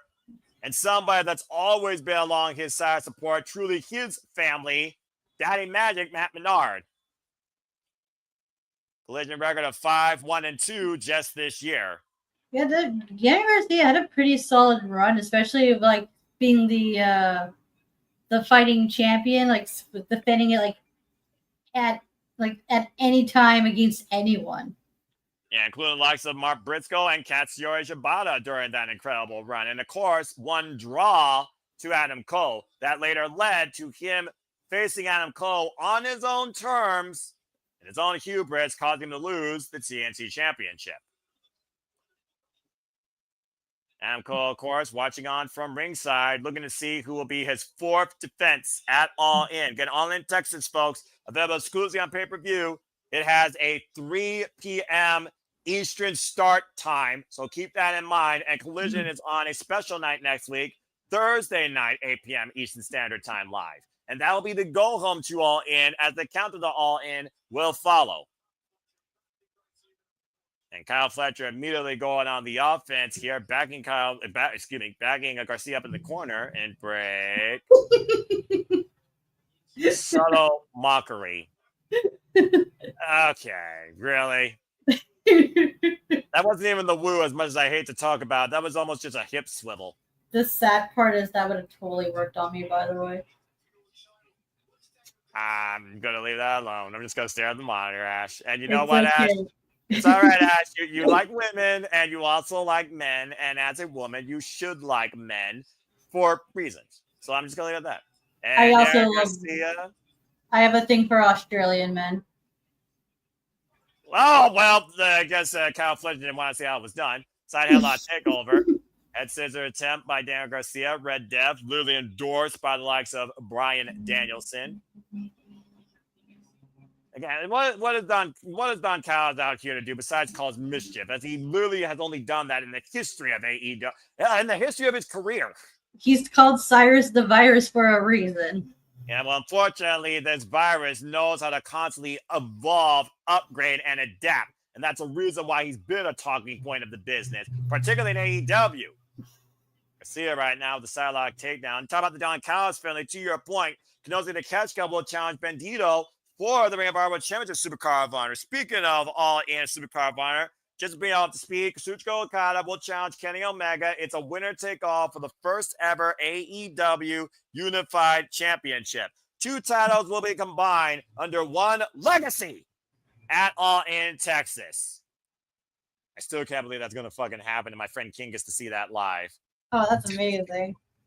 Again, King, I love you, bro, but also fuck you. And speaking of fuck you, Daniel Garcia with the bird to Don Callis. He hits Kyle Fletcher in the corner. And hello to Takara World. Appreciate you tuning in. Here, my all-in Mercedes Tony match prediction with future story in 2016. Mercedes wins this week, continue being AEW Women's Champion as the heel until she faced Bayley AEW Wrestle Dream. Now that is incredibly bold. Bayley contract expired late 2026, means August or September. Well, we know how much Bayley and Mercedes Moné, Sasha Banks goes to bat for one another. So again, an incredible take. An incredible flying leg there in the corner. Meets nothing. Garcia running, drop kick side of the head, takes out Kyle Fletcher, and he woos it emphatically. I was about to say about Kyle Fletcher, like people like talk to, like he's like has the stigma that he's like just a high flyer, but his mat work and ground game are just equally as good too, because he was holding his own against Daniel Garcia in the early stages of the match. Yeah, Kyle Fletcher has become a much more comfortable and adaptive player, but also a Don Callis ass kisser. And it is one of those things where, again, Don Callis, the tutelage based on the people that he literally has mentored in the history and moments. Oh, what a big boot. Have definitely helped shape Kyle Fletcher's in-ring style and aggressive nature. And not just Kyle Fletcher, but everybody he's pretty much influenced, including Konosuke Takeshita. Oh, the fresh kick by Kyle Fletcher drops Garcia. You can tell that Adam Cole's not trying to show bias, but he respects Daniel Garcia, who wants to do this the right way. Like Kyle Fletcher wants to do this only his way and believes he already should be the TNT champion. Fletcher likes section. That's what he calls. That's what the fans call themselves. He took it upon him on the poll, and he's like, "Hey, what should we call ourselves? Like, you fans, what should you call yourselves?" And that's what won the poll. Well, I mean, Kyle Fletcher, if he didn't have an ego before, now he has his own following. I'm just sure that ego's going to grow. Oh, my. And Daniel Garcia is busted open. Yeah, probably by that nasty chair shot. Either that or the blunt head trauma against that LED barricade. And we all know what Kyle Fletcher can do when an opponent is bleeding. Showing that ruthless aggression, that hateful, visual nature that Don Callis has infused in him here. Yeah, go ahead. I was going to say, over the last few months, Kyle Fletcher really came into his own and proved that he's more than just the Will Ospreay cosplayer. Yeah, he definitely proved that against Ospreay at Revolution when he showed that even if you beat me, I will always hate you, but I will never be you. I will one day surpass you. And he nearly did that on 2 occasions this year alone. Will he do it this occasion, though, and win the TNT Championship next week? Stay tuned, folks. We got a full commercial break. Also, fuck television. As I've seen you watch the picture-in-picture. I believe this will be the last commercial break of the night as we wind down here to figure out again who's going all in against Adam Cole. And to be fair, Adam Cole at one point was kind of like that. Let's not toss over what Adam Cole used to be if you followed his work like I did. Ring of Honor, The Kingdom, Undisputed Era, NXT, and WWE. He was known as the Panama Playboy for a reason. Mm-hmm. And you know that for a fact, considering he's one of your boys. Oh, yeah, absolutely. I mean, I do love me some Adam Cole. What got me to liking Adam Cole was not just wasn't his in-ring, it was his promo ability. Like, that's what got me hooked on Adam, was like his ability to talk. He's called the Panama City Playboy because he's a motherfucking smooth talker. Or a smooth operator, depending if you know that song, considering I had to sing it once in karaoke. Stay tuned, folks, when we celebrate 70 years of Disneyland. Later on here in the Cinema Studios with Disney karaoke. Fuck me. later this month here on Kick-Ass Karaoke, courtesy of the Cinema Studios, that will take you on one of your Saturday shenanigans too. Anyway, if y'all haven't figured it out by now, I hate karaoke. All right, I'm a commentator, not a singer. And if you want to hear Noah sing a particular song, just PayPal him. Was it $25 or more? Yes, it is. Shoot, if I'm going to be a freaking victim of my own dignity at y'all's expense, I'm going to MJF the hell out of you all and get some money out of it. Fuck it. Anyway, and I don't even wear the Burberry scarf right now because it's too damn hot. Freaking 90 degrees. It is hot over here in right Winnipeg as well. Oh my God.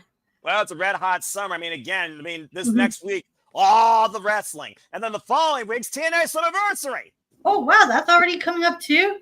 July 20th. Yes. Damn. On pay-per-view. And stay tuned, folks. We will be covering that, and I will be simply predicting it. If you haven't figured it out by now, I see predict WWE, NXT, ROH, AEW, and TNA. Why we literally cover everything. Oh, the wrestling. Exactly. Oh, the wrestling. Damn it. And for Saturday, all I can say about this, if you're a AEW fan, watch All In. If you're a WWE fan, watch NXT and Saturday Night's Main Event. Or if you're like me and a fan of both, watch the one that interests you the most first, and then watch the other at a later time. Good as I bear myself, my Canadian friend. At the end of the day, I simply wish to encourage all, though you can't change the world, you can still encourage the world. Just enjoy life and enjoy professional wrestling. Although Kyle Fletcher right now is making sure Daniel Garcia is not enjoying this chance to become a contender for the TNT Championship. We are back here, of course, at AEW Collision 100. Number one contendership match here. Daniel Garcia, Kyle Fletcher, guillotine applied. But again, Daniel Garcia is on the apron on the outside. Only has a 5 count he can hold that on to. Kyle Fletcher now moving to the apron. This is dangerous territory. That is indeed. Man, that transition from that guillotine into that suplex was oh, man. Wow.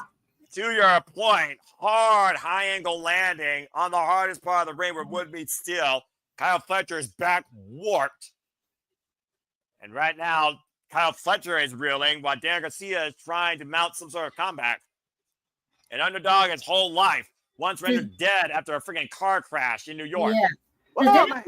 Does Daniel Garcia do a Dragon Sleeper submission hold? Yes, he does. He calls it the Red Death, but more so, it's just a high angle sharpshooter heel hook that he's been using. Oh, the Dragon Tamer to your point. Of course, he beat Bryan Danielson with that. And speaking of Bryan Danielson, he's running drop kicks from all directions right now, rocking the Proto Star. Because I was about to say, like, if Garcia, like, working on those the shoulder blades of Fletcher, it's really going to, like, come into play if he does lock in that Dragon Sleeper. And when he does lock it in, it is a thing of beauty because I will say this about Daniel Garcia. He is a submission technician, and I love submission technicians. Damn right. It's an art form that is not respected enough or shown enough in wrestling on that stage. Like reading Shakespeare to a dog. Cover here, lateral press, 2.5 off the superplex. Daniel Garcia nearly put Kyle Fletcher down. And to your point about working over a man's body, Kyle Fletcher's finisher, of course, is the Brain Buster, which works heavily on a person's head and neck. Daniel Garcia's head already compromised with that laceration. You saw how he just serendipitously fell into that cover. Right, and that's also going to go play into effect as well. And talk about technicians of the ring, Natalya, Serena Deeb, Deonna Purrazzo, Shayna Baszler.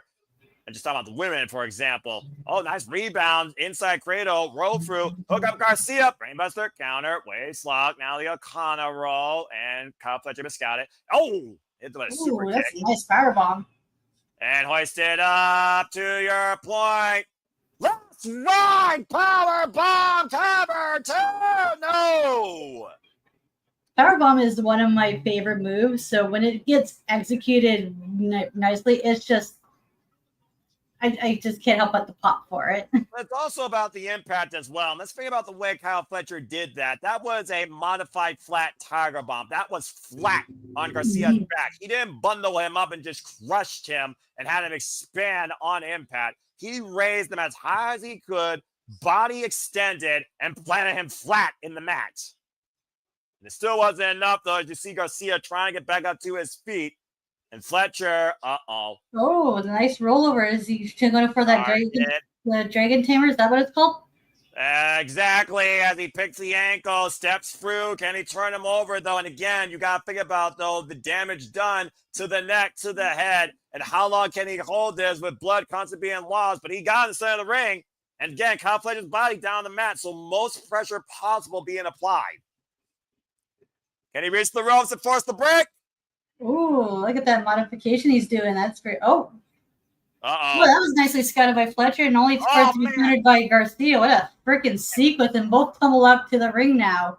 And about to say again, it's all about that awareness to your point. Now, oh my God. Ooh, that could have been bad. Both men down hard.